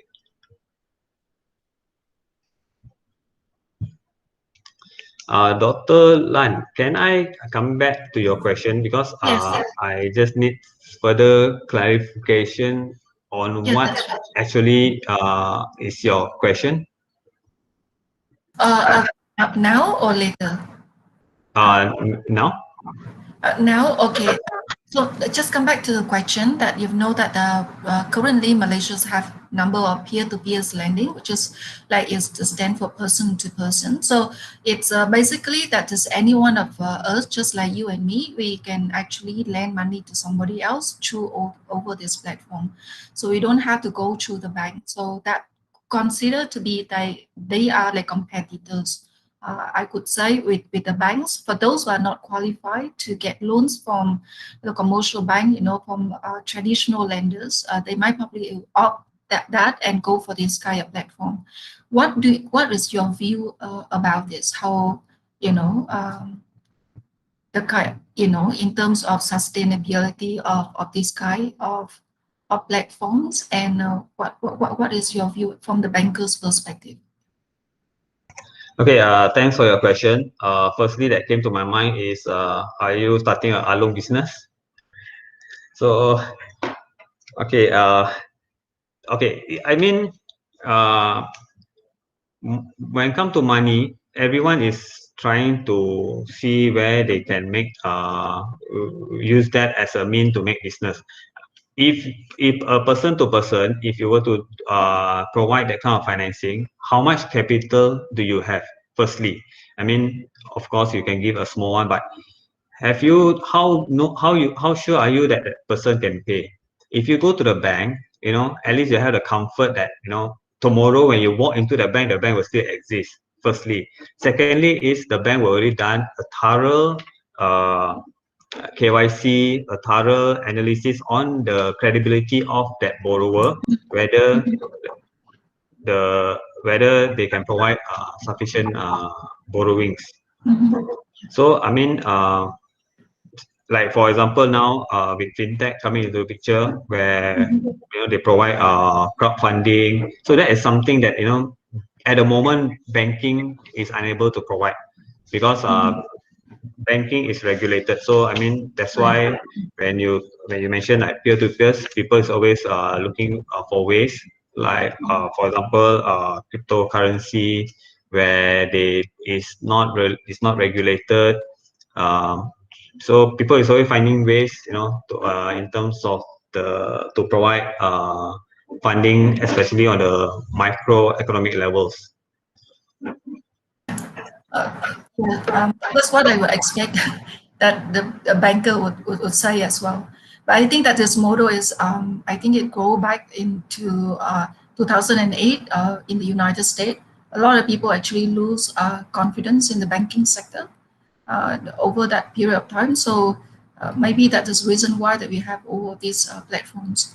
But just another question, that for the benefit of those students who are going for their industrial training in the next few months. So what would be your advice for them, to which like banks to go to, or which areas, in the banking sector should they apply for the internship?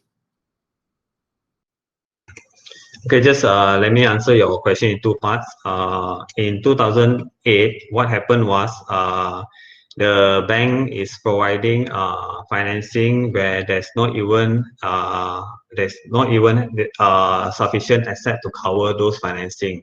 So hence, because of that, the banking industry in the US is indirectly has almost collapsed because of this, because the security provider is insufficient to cover these debts. So hence, in terms of Bank Negara in Malaysia, they emphasize on professionalism and the code of conduct. So we, on an annual basis, as a banker, we need to take exams. We need to go for sufficient training on this. So, and Bank Negara really look at this as important to ensure that every bankers conduct their business professionally, in order to prevent this kind of crisis happening in Malaysia. And fortunately, this kind of crisis, especially the subprime mortgage crisis, is not happening in Malaysia at the moment. So to answer your second part of your question on the internship, banking is very wide. Let me just give you a perspective of banking. when you retail banking is where individuals banks, like say you and I, other banks will call it business banking. Other than this, we are under wholesale banking, where you have your investment arm, you have your treasury, you have your cash trade, and so on. So for the internship from a diploma student, you can consider trying for the retail banking space, because retail banking space are normally the places that they need more workforce. So like what I started from retail banking. I started from working in a branch. I see how transaction is done from using papers to paperless, and slowly move on to the wholesale banking space. With when you upgrade yourself, or when you have a degree or certified financial qualification, then you can consider going into the more challenging space, which is the corporate banking or the investment space. Yeah. Okay. Thank you. Okay, I saw one questions about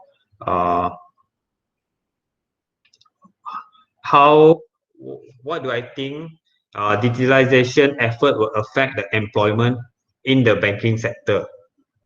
Okay, so like I mentioned just now, okay, under the banking sector, if we were to slice it out, there will always be three kind of departments, which is the business department, the semi-business, and the support department. Okay, so when digitalization happen, which department do you think that will affect the most? For example, like when you deal at the operation side. So operation, when you have a proper system, when you automated certain process, you don't need so many staff working at the back end. Like for example, to give you a perspective, when you walk to the branch, you can realize that there's a lot of counter nowadays is empty. They ask you to go to the ATM machine or the cash deposit machine to do your transaction. However, when you come to a more complex department like semi-business and business will be like what I'm doing now. I'm in under the coverage where I service corporate clients, public related client. This one need interaction. This one you need personal touch. You need to talk to the shareholders, to the chairman. You know, some of them are like Dato, Tan Sri. These are personal touch where you cannot ask them to walk to the department or walk to the branch. You have to go and approach them. So even though with digitalization, there's a personal touch that is required in this kind of segment. So if you were to ask me as a student where you should go to the department that is there and where you can develop as a banker, because when only by talking to clients, corporate clients, and by engaging the industry, then only you can be an all-rounder bankers and you are able to provide solution to clients.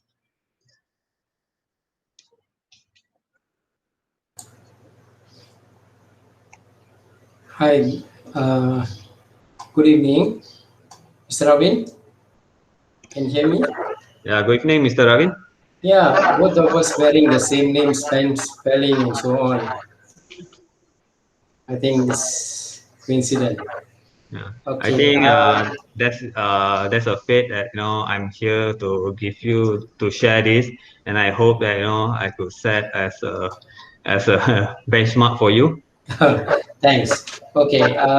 Yeah, that was a nice sharing from the beginning.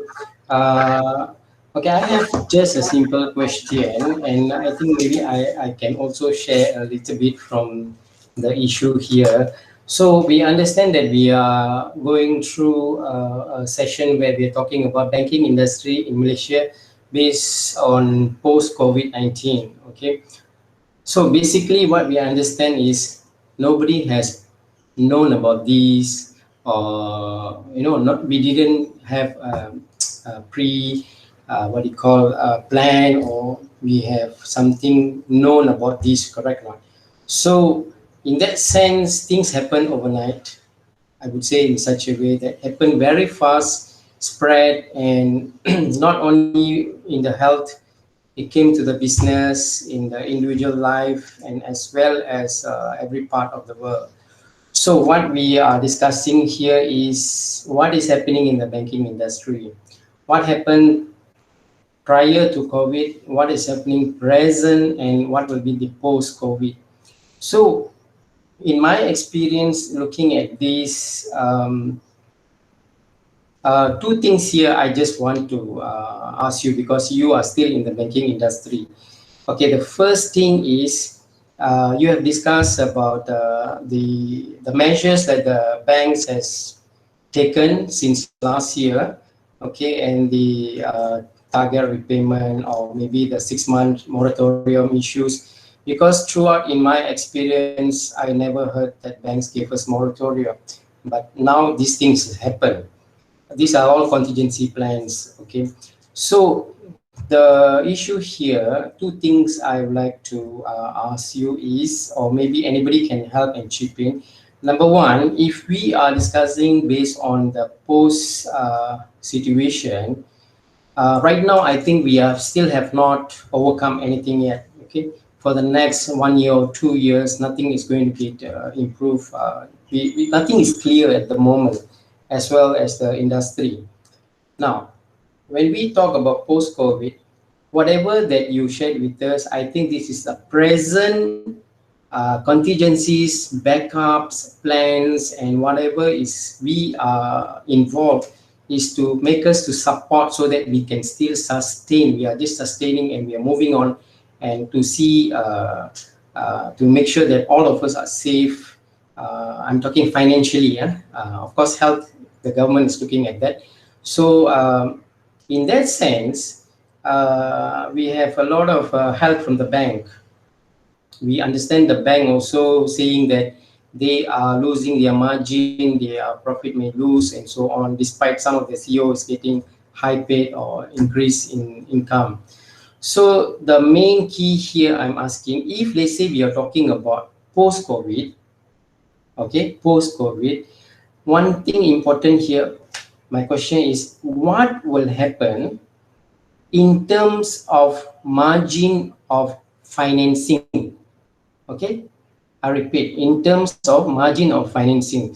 Okay, why I'm asking this? Because if there is no post-COVID or COVID situation, normally the margin of financing is, of course, the bank will judge based on the 5 C's and other issues of the repayment capability and how they can afford. So in that sense, margin of financing in the retail or in the business or even in the corporate side, maybe the current trend was like 10% you put a deposit, and 90% we can go for margin financing, depending on the income level of the individual or if the company's profit or financial performance.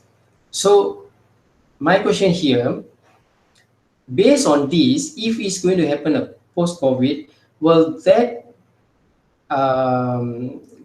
margin of financing or the credit extension percentage will be regulated? That means if let's say 90% margin of financing to purchase a property, can it be reduced below than 90%? That's the first one. Second, based on the collateral, if let's say you need a collateral, how are the collateral going to be on the post-COVID for business or maybe for personal financing or maybe purchase of properties, high purchase, or you need a business loan. So the collateral, how the collateral going to be? Right now, maybe they can see, okay, you can pledge, you have a land, you can pledge a land, or maybe you can have a house, you can pledge that to, those are the two things. Is there so far any lending policy has been established or is going to be established? Because we are looking at post-COVID. So is there any, the banks, the consortium of the banks in Malaysia, the local bank as well as the foreign banks, are they came up with any kind of policy, credit lending policy in the reduction of margin of financing or in the better collateral? Why I've asked this is because right now we might have taken, the older generation would have taken loan, they're still paying, or maybe the maturity is going to pay off the loan another 2 or 3 years time or 5 years. But what is going to happen to the students who are just graduating? Okay, my concern here is the students who are going to graduate, difficulty in finding a job, or maybe they can get the job, who are going to purchase new property, develop their family, and how are they going to suffer, or with the income level very less, or everything has been scrutinized? So this is my question. Sorry, it's lengthy. I don't know whether you can get it or not. Hi, thanks, Mr. Ravin, for your questions. Let me just summarize what you have just asked. Firstly, you asked what will happen to the margin of financing vis-a-vis whether the credit extension will be regulated. Secondly, you asked what kind of collateral to be provided in the event of financing to be taken. Am I correct? Yeah. And another thing is also regarding the, is there any guidelines or lending policies that has been developed among the banks? Of course, it must be regulated from the central bank, because is there any indication from central bank say, okay, because of this post-COVID, we are coming with these new guidelines? Yeah, that's it. Okay, just let me answer your first question first. Okay, when I mentioned post-COVID, if you look at COVID, right, COVID will even the health experts say COVID is here to stay. Hence, the vaccination is being rolled out, and you have to constantly take the vaccination maybe on a annual basis. So when I mentioned post-COVID is after COVID is announced, what are the measure that the bank has taken during those period in 2020 and also moving forward? Okay, just to answer your question, in somewhere in 20 on your margin of financing, in 2013, Bank Negara had introduced what we call Competition Act, where after the post 1MDB saga, where bank have been charging quite a crazy margin on the pricing. But after post Competition Act, whatever you have charged, it need to be transparent to the borrower, so the borrower can also compare that pricing with other banks. So when it comes to guideline, Bank Negara will come up with a framework, but whether how much margin or what is being charged is up to the commercial decision of the respective bank. So if the bank don't want to be competitive, then they can charge high margin, and nobody will take loan from them.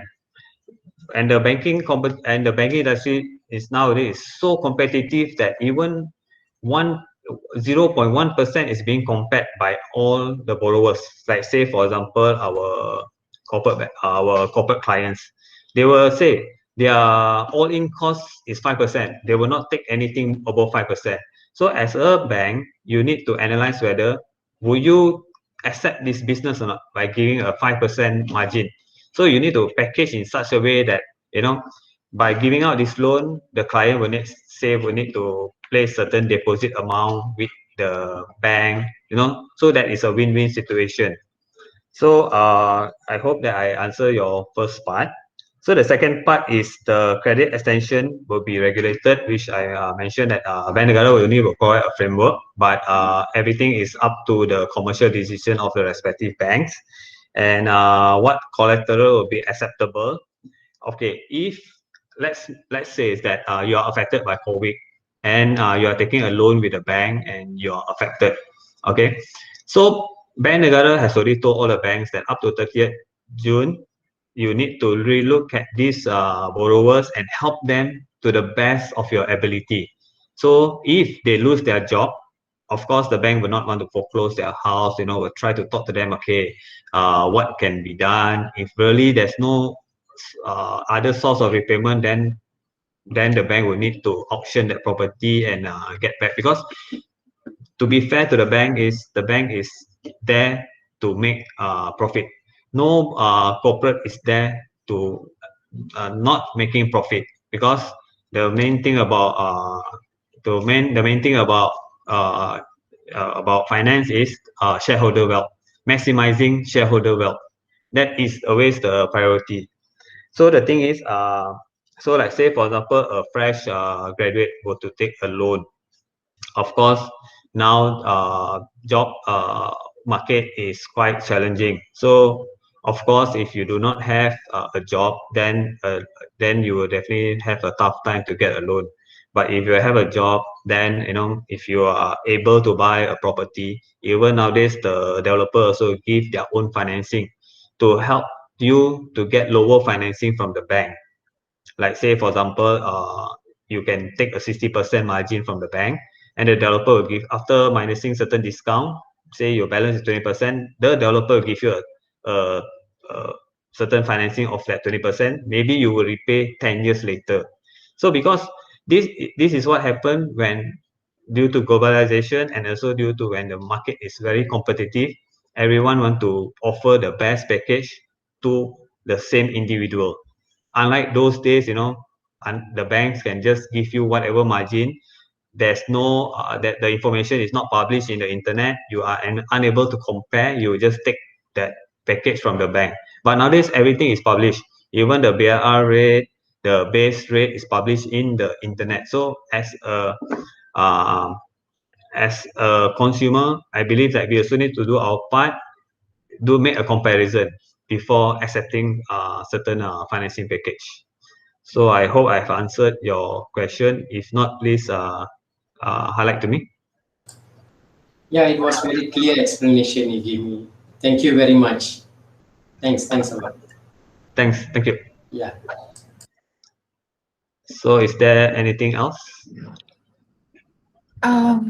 Yes, so if that's, we might probably just before we end the section, so can I request for everyone to, if we want to take a group photos, would you mind to just switch on your camera if you are wherever you are?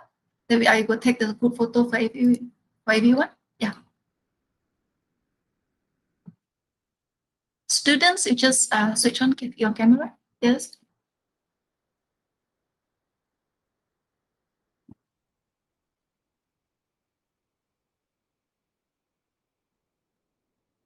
Dr. Chung. Thank you. Okay, so I just get the first one. Yes. So I'm gonna get the first one. Beautiful. I get the first one. I will get the second one. Just hang on, I just take the best of. That will be a souvenir for all of us. Yeah. So I'm just take a second one. Yeah. Just get some of the. Okay. Yes. Beautiful. Thank you so much. Yeah. I get all the photos. Right. I take another one. Yeah. Dr. Yvonne just coming in. Yes. Yeah. Can I take another one? Yeah.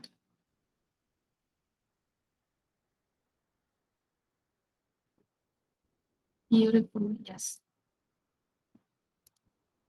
Thank you so much. I get one more. Okay. Just sorry. Yeah. I just so greedy over this. Just give me a second. Yeah. Beautiful. Yes. I capture everyone. Yes. Thank you. Okay, thank you so much. Thank you, Mr. Ravin, for a very wonderful sharing sections. And thank you for everyone to attend this section as well, students and our beloved staffs. So with that, we will end the sections and we can exit the room. Yeah, thank you. Yes, Mr. Ravin. So for the next one, you would have, I think it's from now until 4:30. We just leave you for you to do the assessment, and then we see you back at 4:30 for the exit meeting. So Dr. Lan, yes. on the assessment, right? So yes. you need me to fill up the Microsoft Words and send that to you. Yeah, that's right. Then we will have the exit meeting with our dean. Okay, sure. So I see you back at 4:30 at this venue. Yeah. Okay, sure. Thank you. See Thank you. you.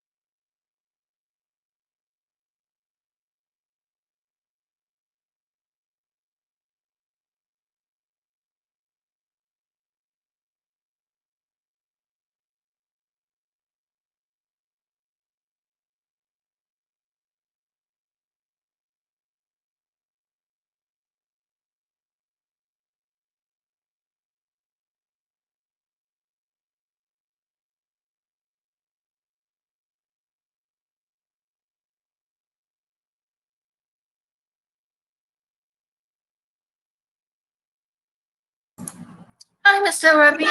Yes. Yeah, hi, Dr. Lan.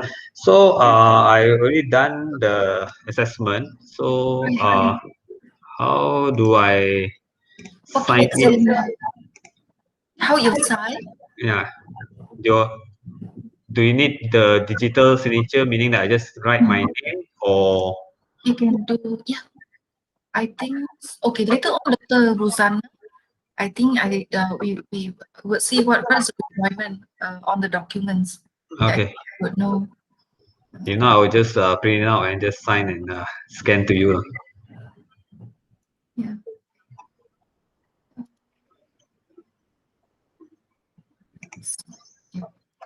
So yeah, later whatever that suggestions, things like that, you can just give it back to our teams. Yeah. Okay.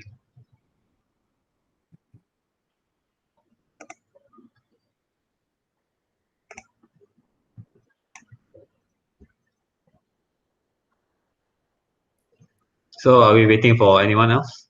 Yeah, we are waiting for our dean and then Okay. our faculty dean. Yes. Okay, I go.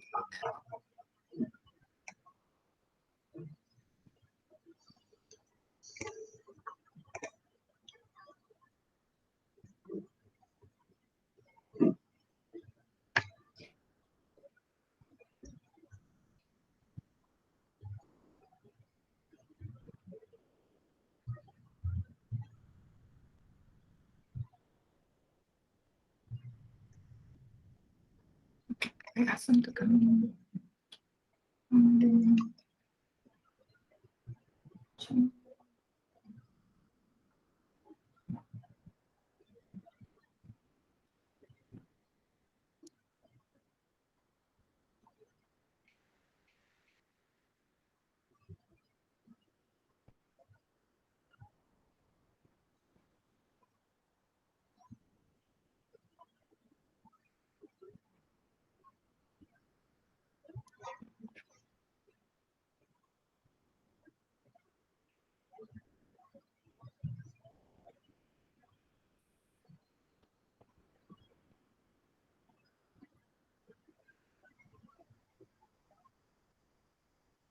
Hi, Dr. Fairuz.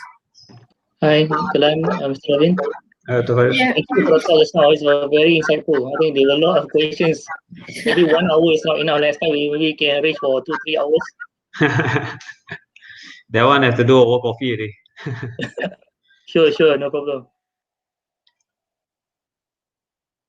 Hi, Dr. Rosanna.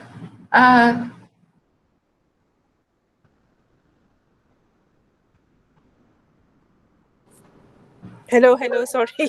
Yeah, Dr. Rosanna, just now, Mr. Ravin asking about the signature. What kind of signature that he should provide on the form, the digital one or the handwriting one?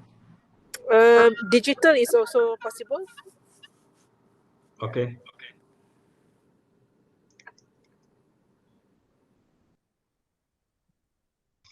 So once I'm done, I just email to Dr. Lan. Yeah. Yes, please. Okay. Thank you. Yeah. Okay. I think we have all everyone has seen. So yeah. So we just get the maybe just receive the feedback from you on our programs and our visit. Yeah. Okay. I think basically for a diploma program, we have already covered quite comprehensively and quite technical. Just that as I highlighted to Dr. Tai, especially for the bond valuation and the stock valuation is quite technical for a diploma student. I mean, that one may be suitable for, to my opinion, is suitable for a degree to master level. Yeah. So I think that should be the key of my feedbacks, apart from what I've already raised separately to the rest of the lecturers.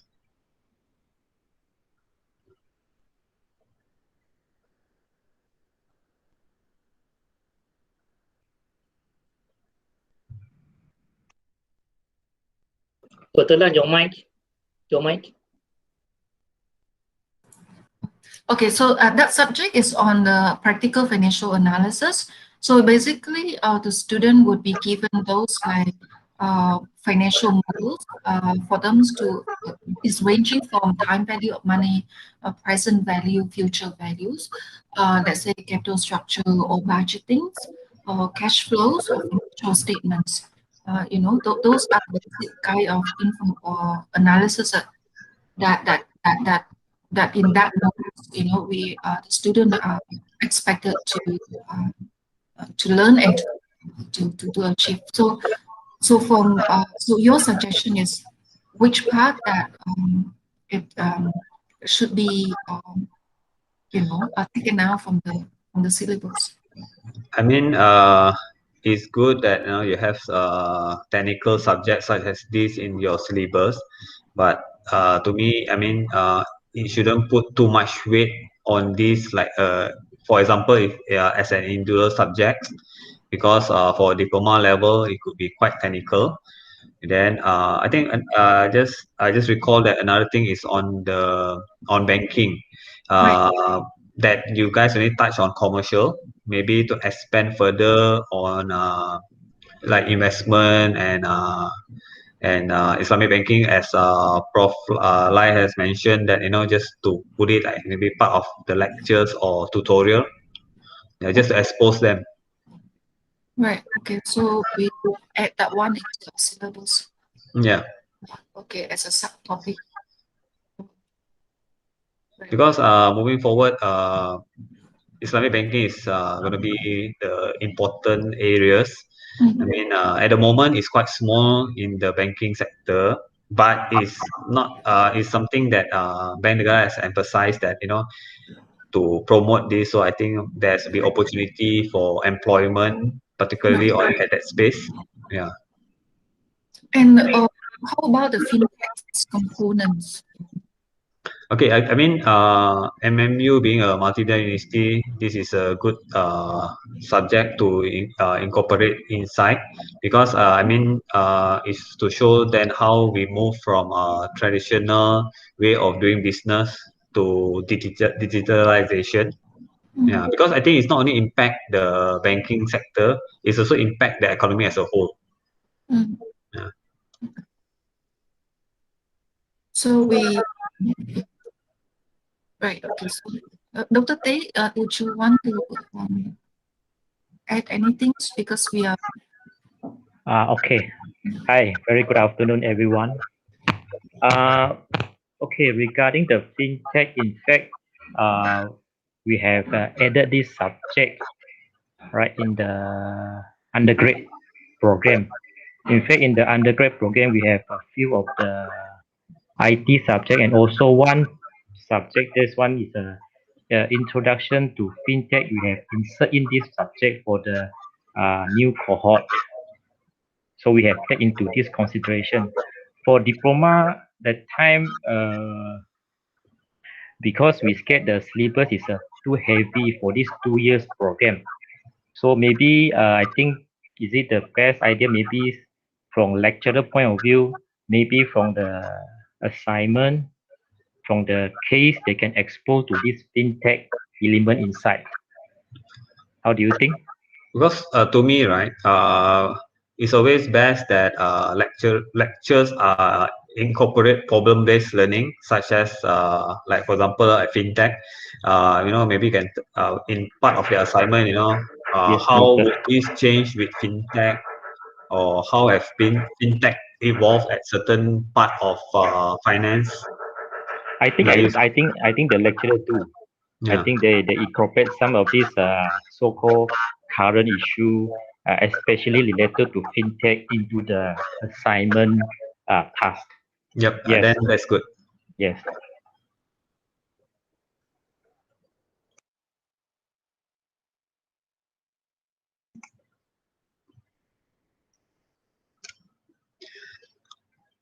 What do you think? Should we have a separate subject school fintechs or anything with what, let's say, big data or blockchain or something? Do we need any separate subjects? Any any separate modules that should we add into our program?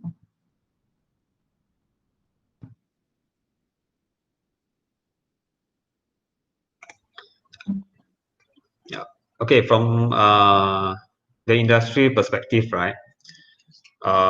When a graduate looking for jobs, I mean, they are not required to know what is fintech, how is it all about, because in finance, I mean, you very like it or not, digitalization is there. You cannot avoid it. I mean, it's something like it's so-called like a general knowledge already. So I mean, if you put it like a subject, it may take up the whole time for just student just to remember something that is not the major part of finance. To me, finance is more like analysis, knowing to do how the financial modeling, knowing how to do the valuation. That is finance. So to me, I mean, it can be part of what you have been teaching, just to tell them, like say how this will change with technology, rather than just a subject. That is my opinion.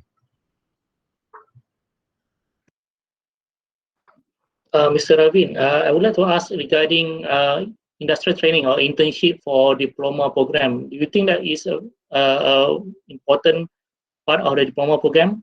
Because currently we are facing dilemma, because in order to make sure that the program can be finished in like 2 years, we may need to sacrifice the internship and replace it with other subject in order because we are juggling between the semesters. In order for the students, for certain intakes to finish in 2 years, we may need to replace the internship with subjects instead, because normally internship would take longer time. What's your opinion on that? Okay, my opinion from the industry is that employers will always look for degree holders, for example, because nowadays degrees is like everywhere, so they want the best at a cheap cost. Okay, so my opinion is that industrial training is important, but as a diploma holder, it might not be critical, because they can do that when they are doing their duty, which is more critical, I think, rather than at a diploma, because diploma is where is slightly above foundation, where you need to learn all the core subjects. You need to ensure that your fundamental is strong before you proceed with your degree. Yeah, the same goes in the banking also. When you are the junior, you learn the fundamental part first, before you go out and advising clients. Thank you for feedback. We really appreciate it, because that helps us to actually clarify a bit some of the decisions that we're going to make. Thank you. Yeah. Dr. Lan, anything else?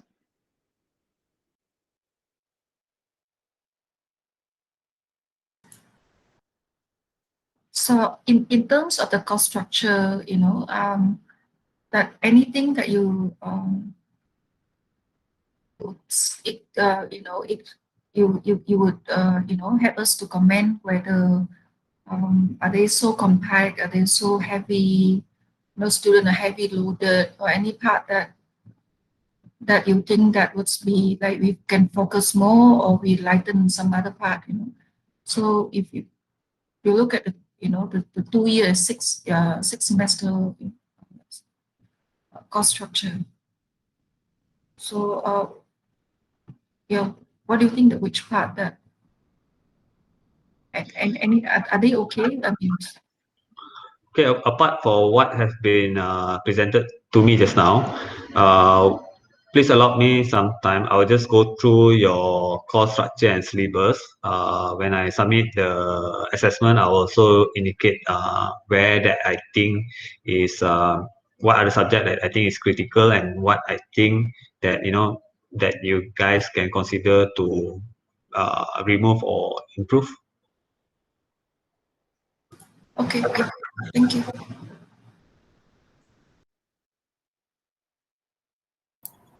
So, hello, Mr. Ravin. Yeah, I think while you are probably looking into the syllabus and all later, perhaps you may find that some of the subjects might be like more test based. Yeah, so perhaps you can actually look into that and provide suggestion if you feel that maybe some of the subjects should be more project based or assignment based rather than a test based. You will find that a lot of them have like 50% final exam, and then they have like midterm tests or something. But in the future, we are going towards lesser test based and more like a project or assignment based lah.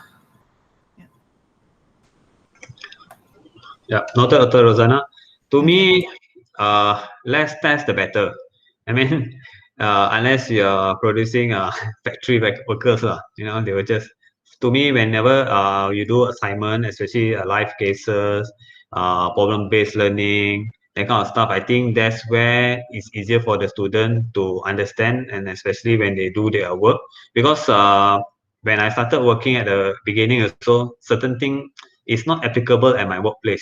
I need to relearn back certain processes and the way they do it. But the things that I learn over when I do my assignment, especially live cases, that's where I able to appreciate and relate it. Although it's a different case, but the fundamental is the same.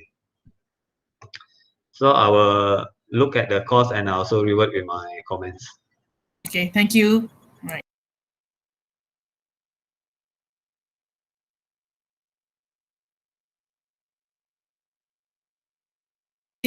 That's all from me. So anyone else? Okay, how about the final, let's say, what do you think about your final year projects? Is it a necessary things, or would you think that the students should put, that part would be like added to, at the end of the program, they will produce some sort of project or something? In my opinion, I think final year project is not required for a diploma holder, because like I mentioned, I think it's more important for them to understand the core subject that they are studying. Then only they decide whether they want to continue with a degree or go out to the job market. When currently the job market is quite competitive. I mean, it will be better if they plan to continue their studies at a degree, and that's where you come in with a final year project, internship. Then I think the employers will value this kind of students. Yeah, thank you so much. Yeah, because you give us from your point of view, from industry point of view, because basically this question was raised by one of our COPA assessor. That's mentioned why we don't have this FYP and so on. So yeah, thank you for your answer. Okay.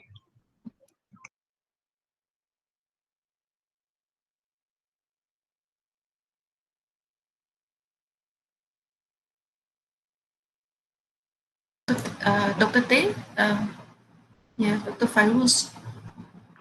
Okay, then if no more question, I think that must be end of today's IAP visit.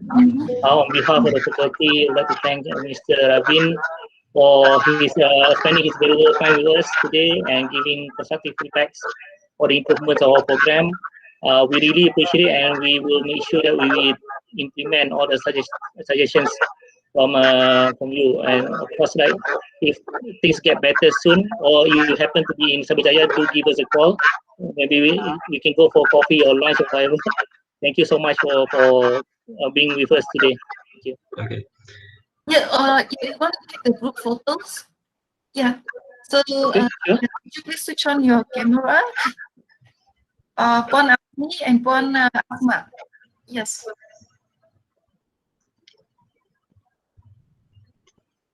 Dr. Tay. Dr. Tay. Yes. Puan Asmi and Puan Asma.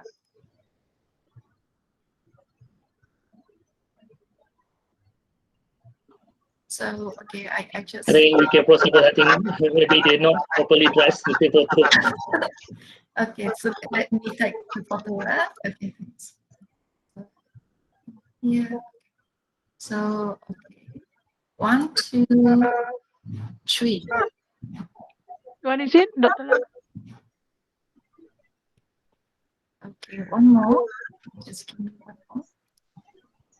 Yes. I take one more. Yes. 1, 2. Yes, thank you so much. Yeah, I got everything. Okay, thank you so much, Mr. Ravin. Okay, thank you for having me here and selamat berbuka. Thank you. Thank you, Mr. Nice Ravin. meeting you. Bye. Thank you, Mr. Ravin. Thank you. Bye. Bye-bye. Bye-bye. Mr. Ravin, I will be in touch with you regarding the report. Okay, sure. I'll try to come back to you by tomorrow. Yes, okay. Okay. Yeah. Thank you Take so care. much. Okay. Bye. Yeah, bye-bye. Bye. Bye-bye, Miss Dr. Carlos. Okay, well done, Dr. Lan and team. Okay. Okay. It's not as nerve-wracking as the MQA visit, so don't worry. Okay.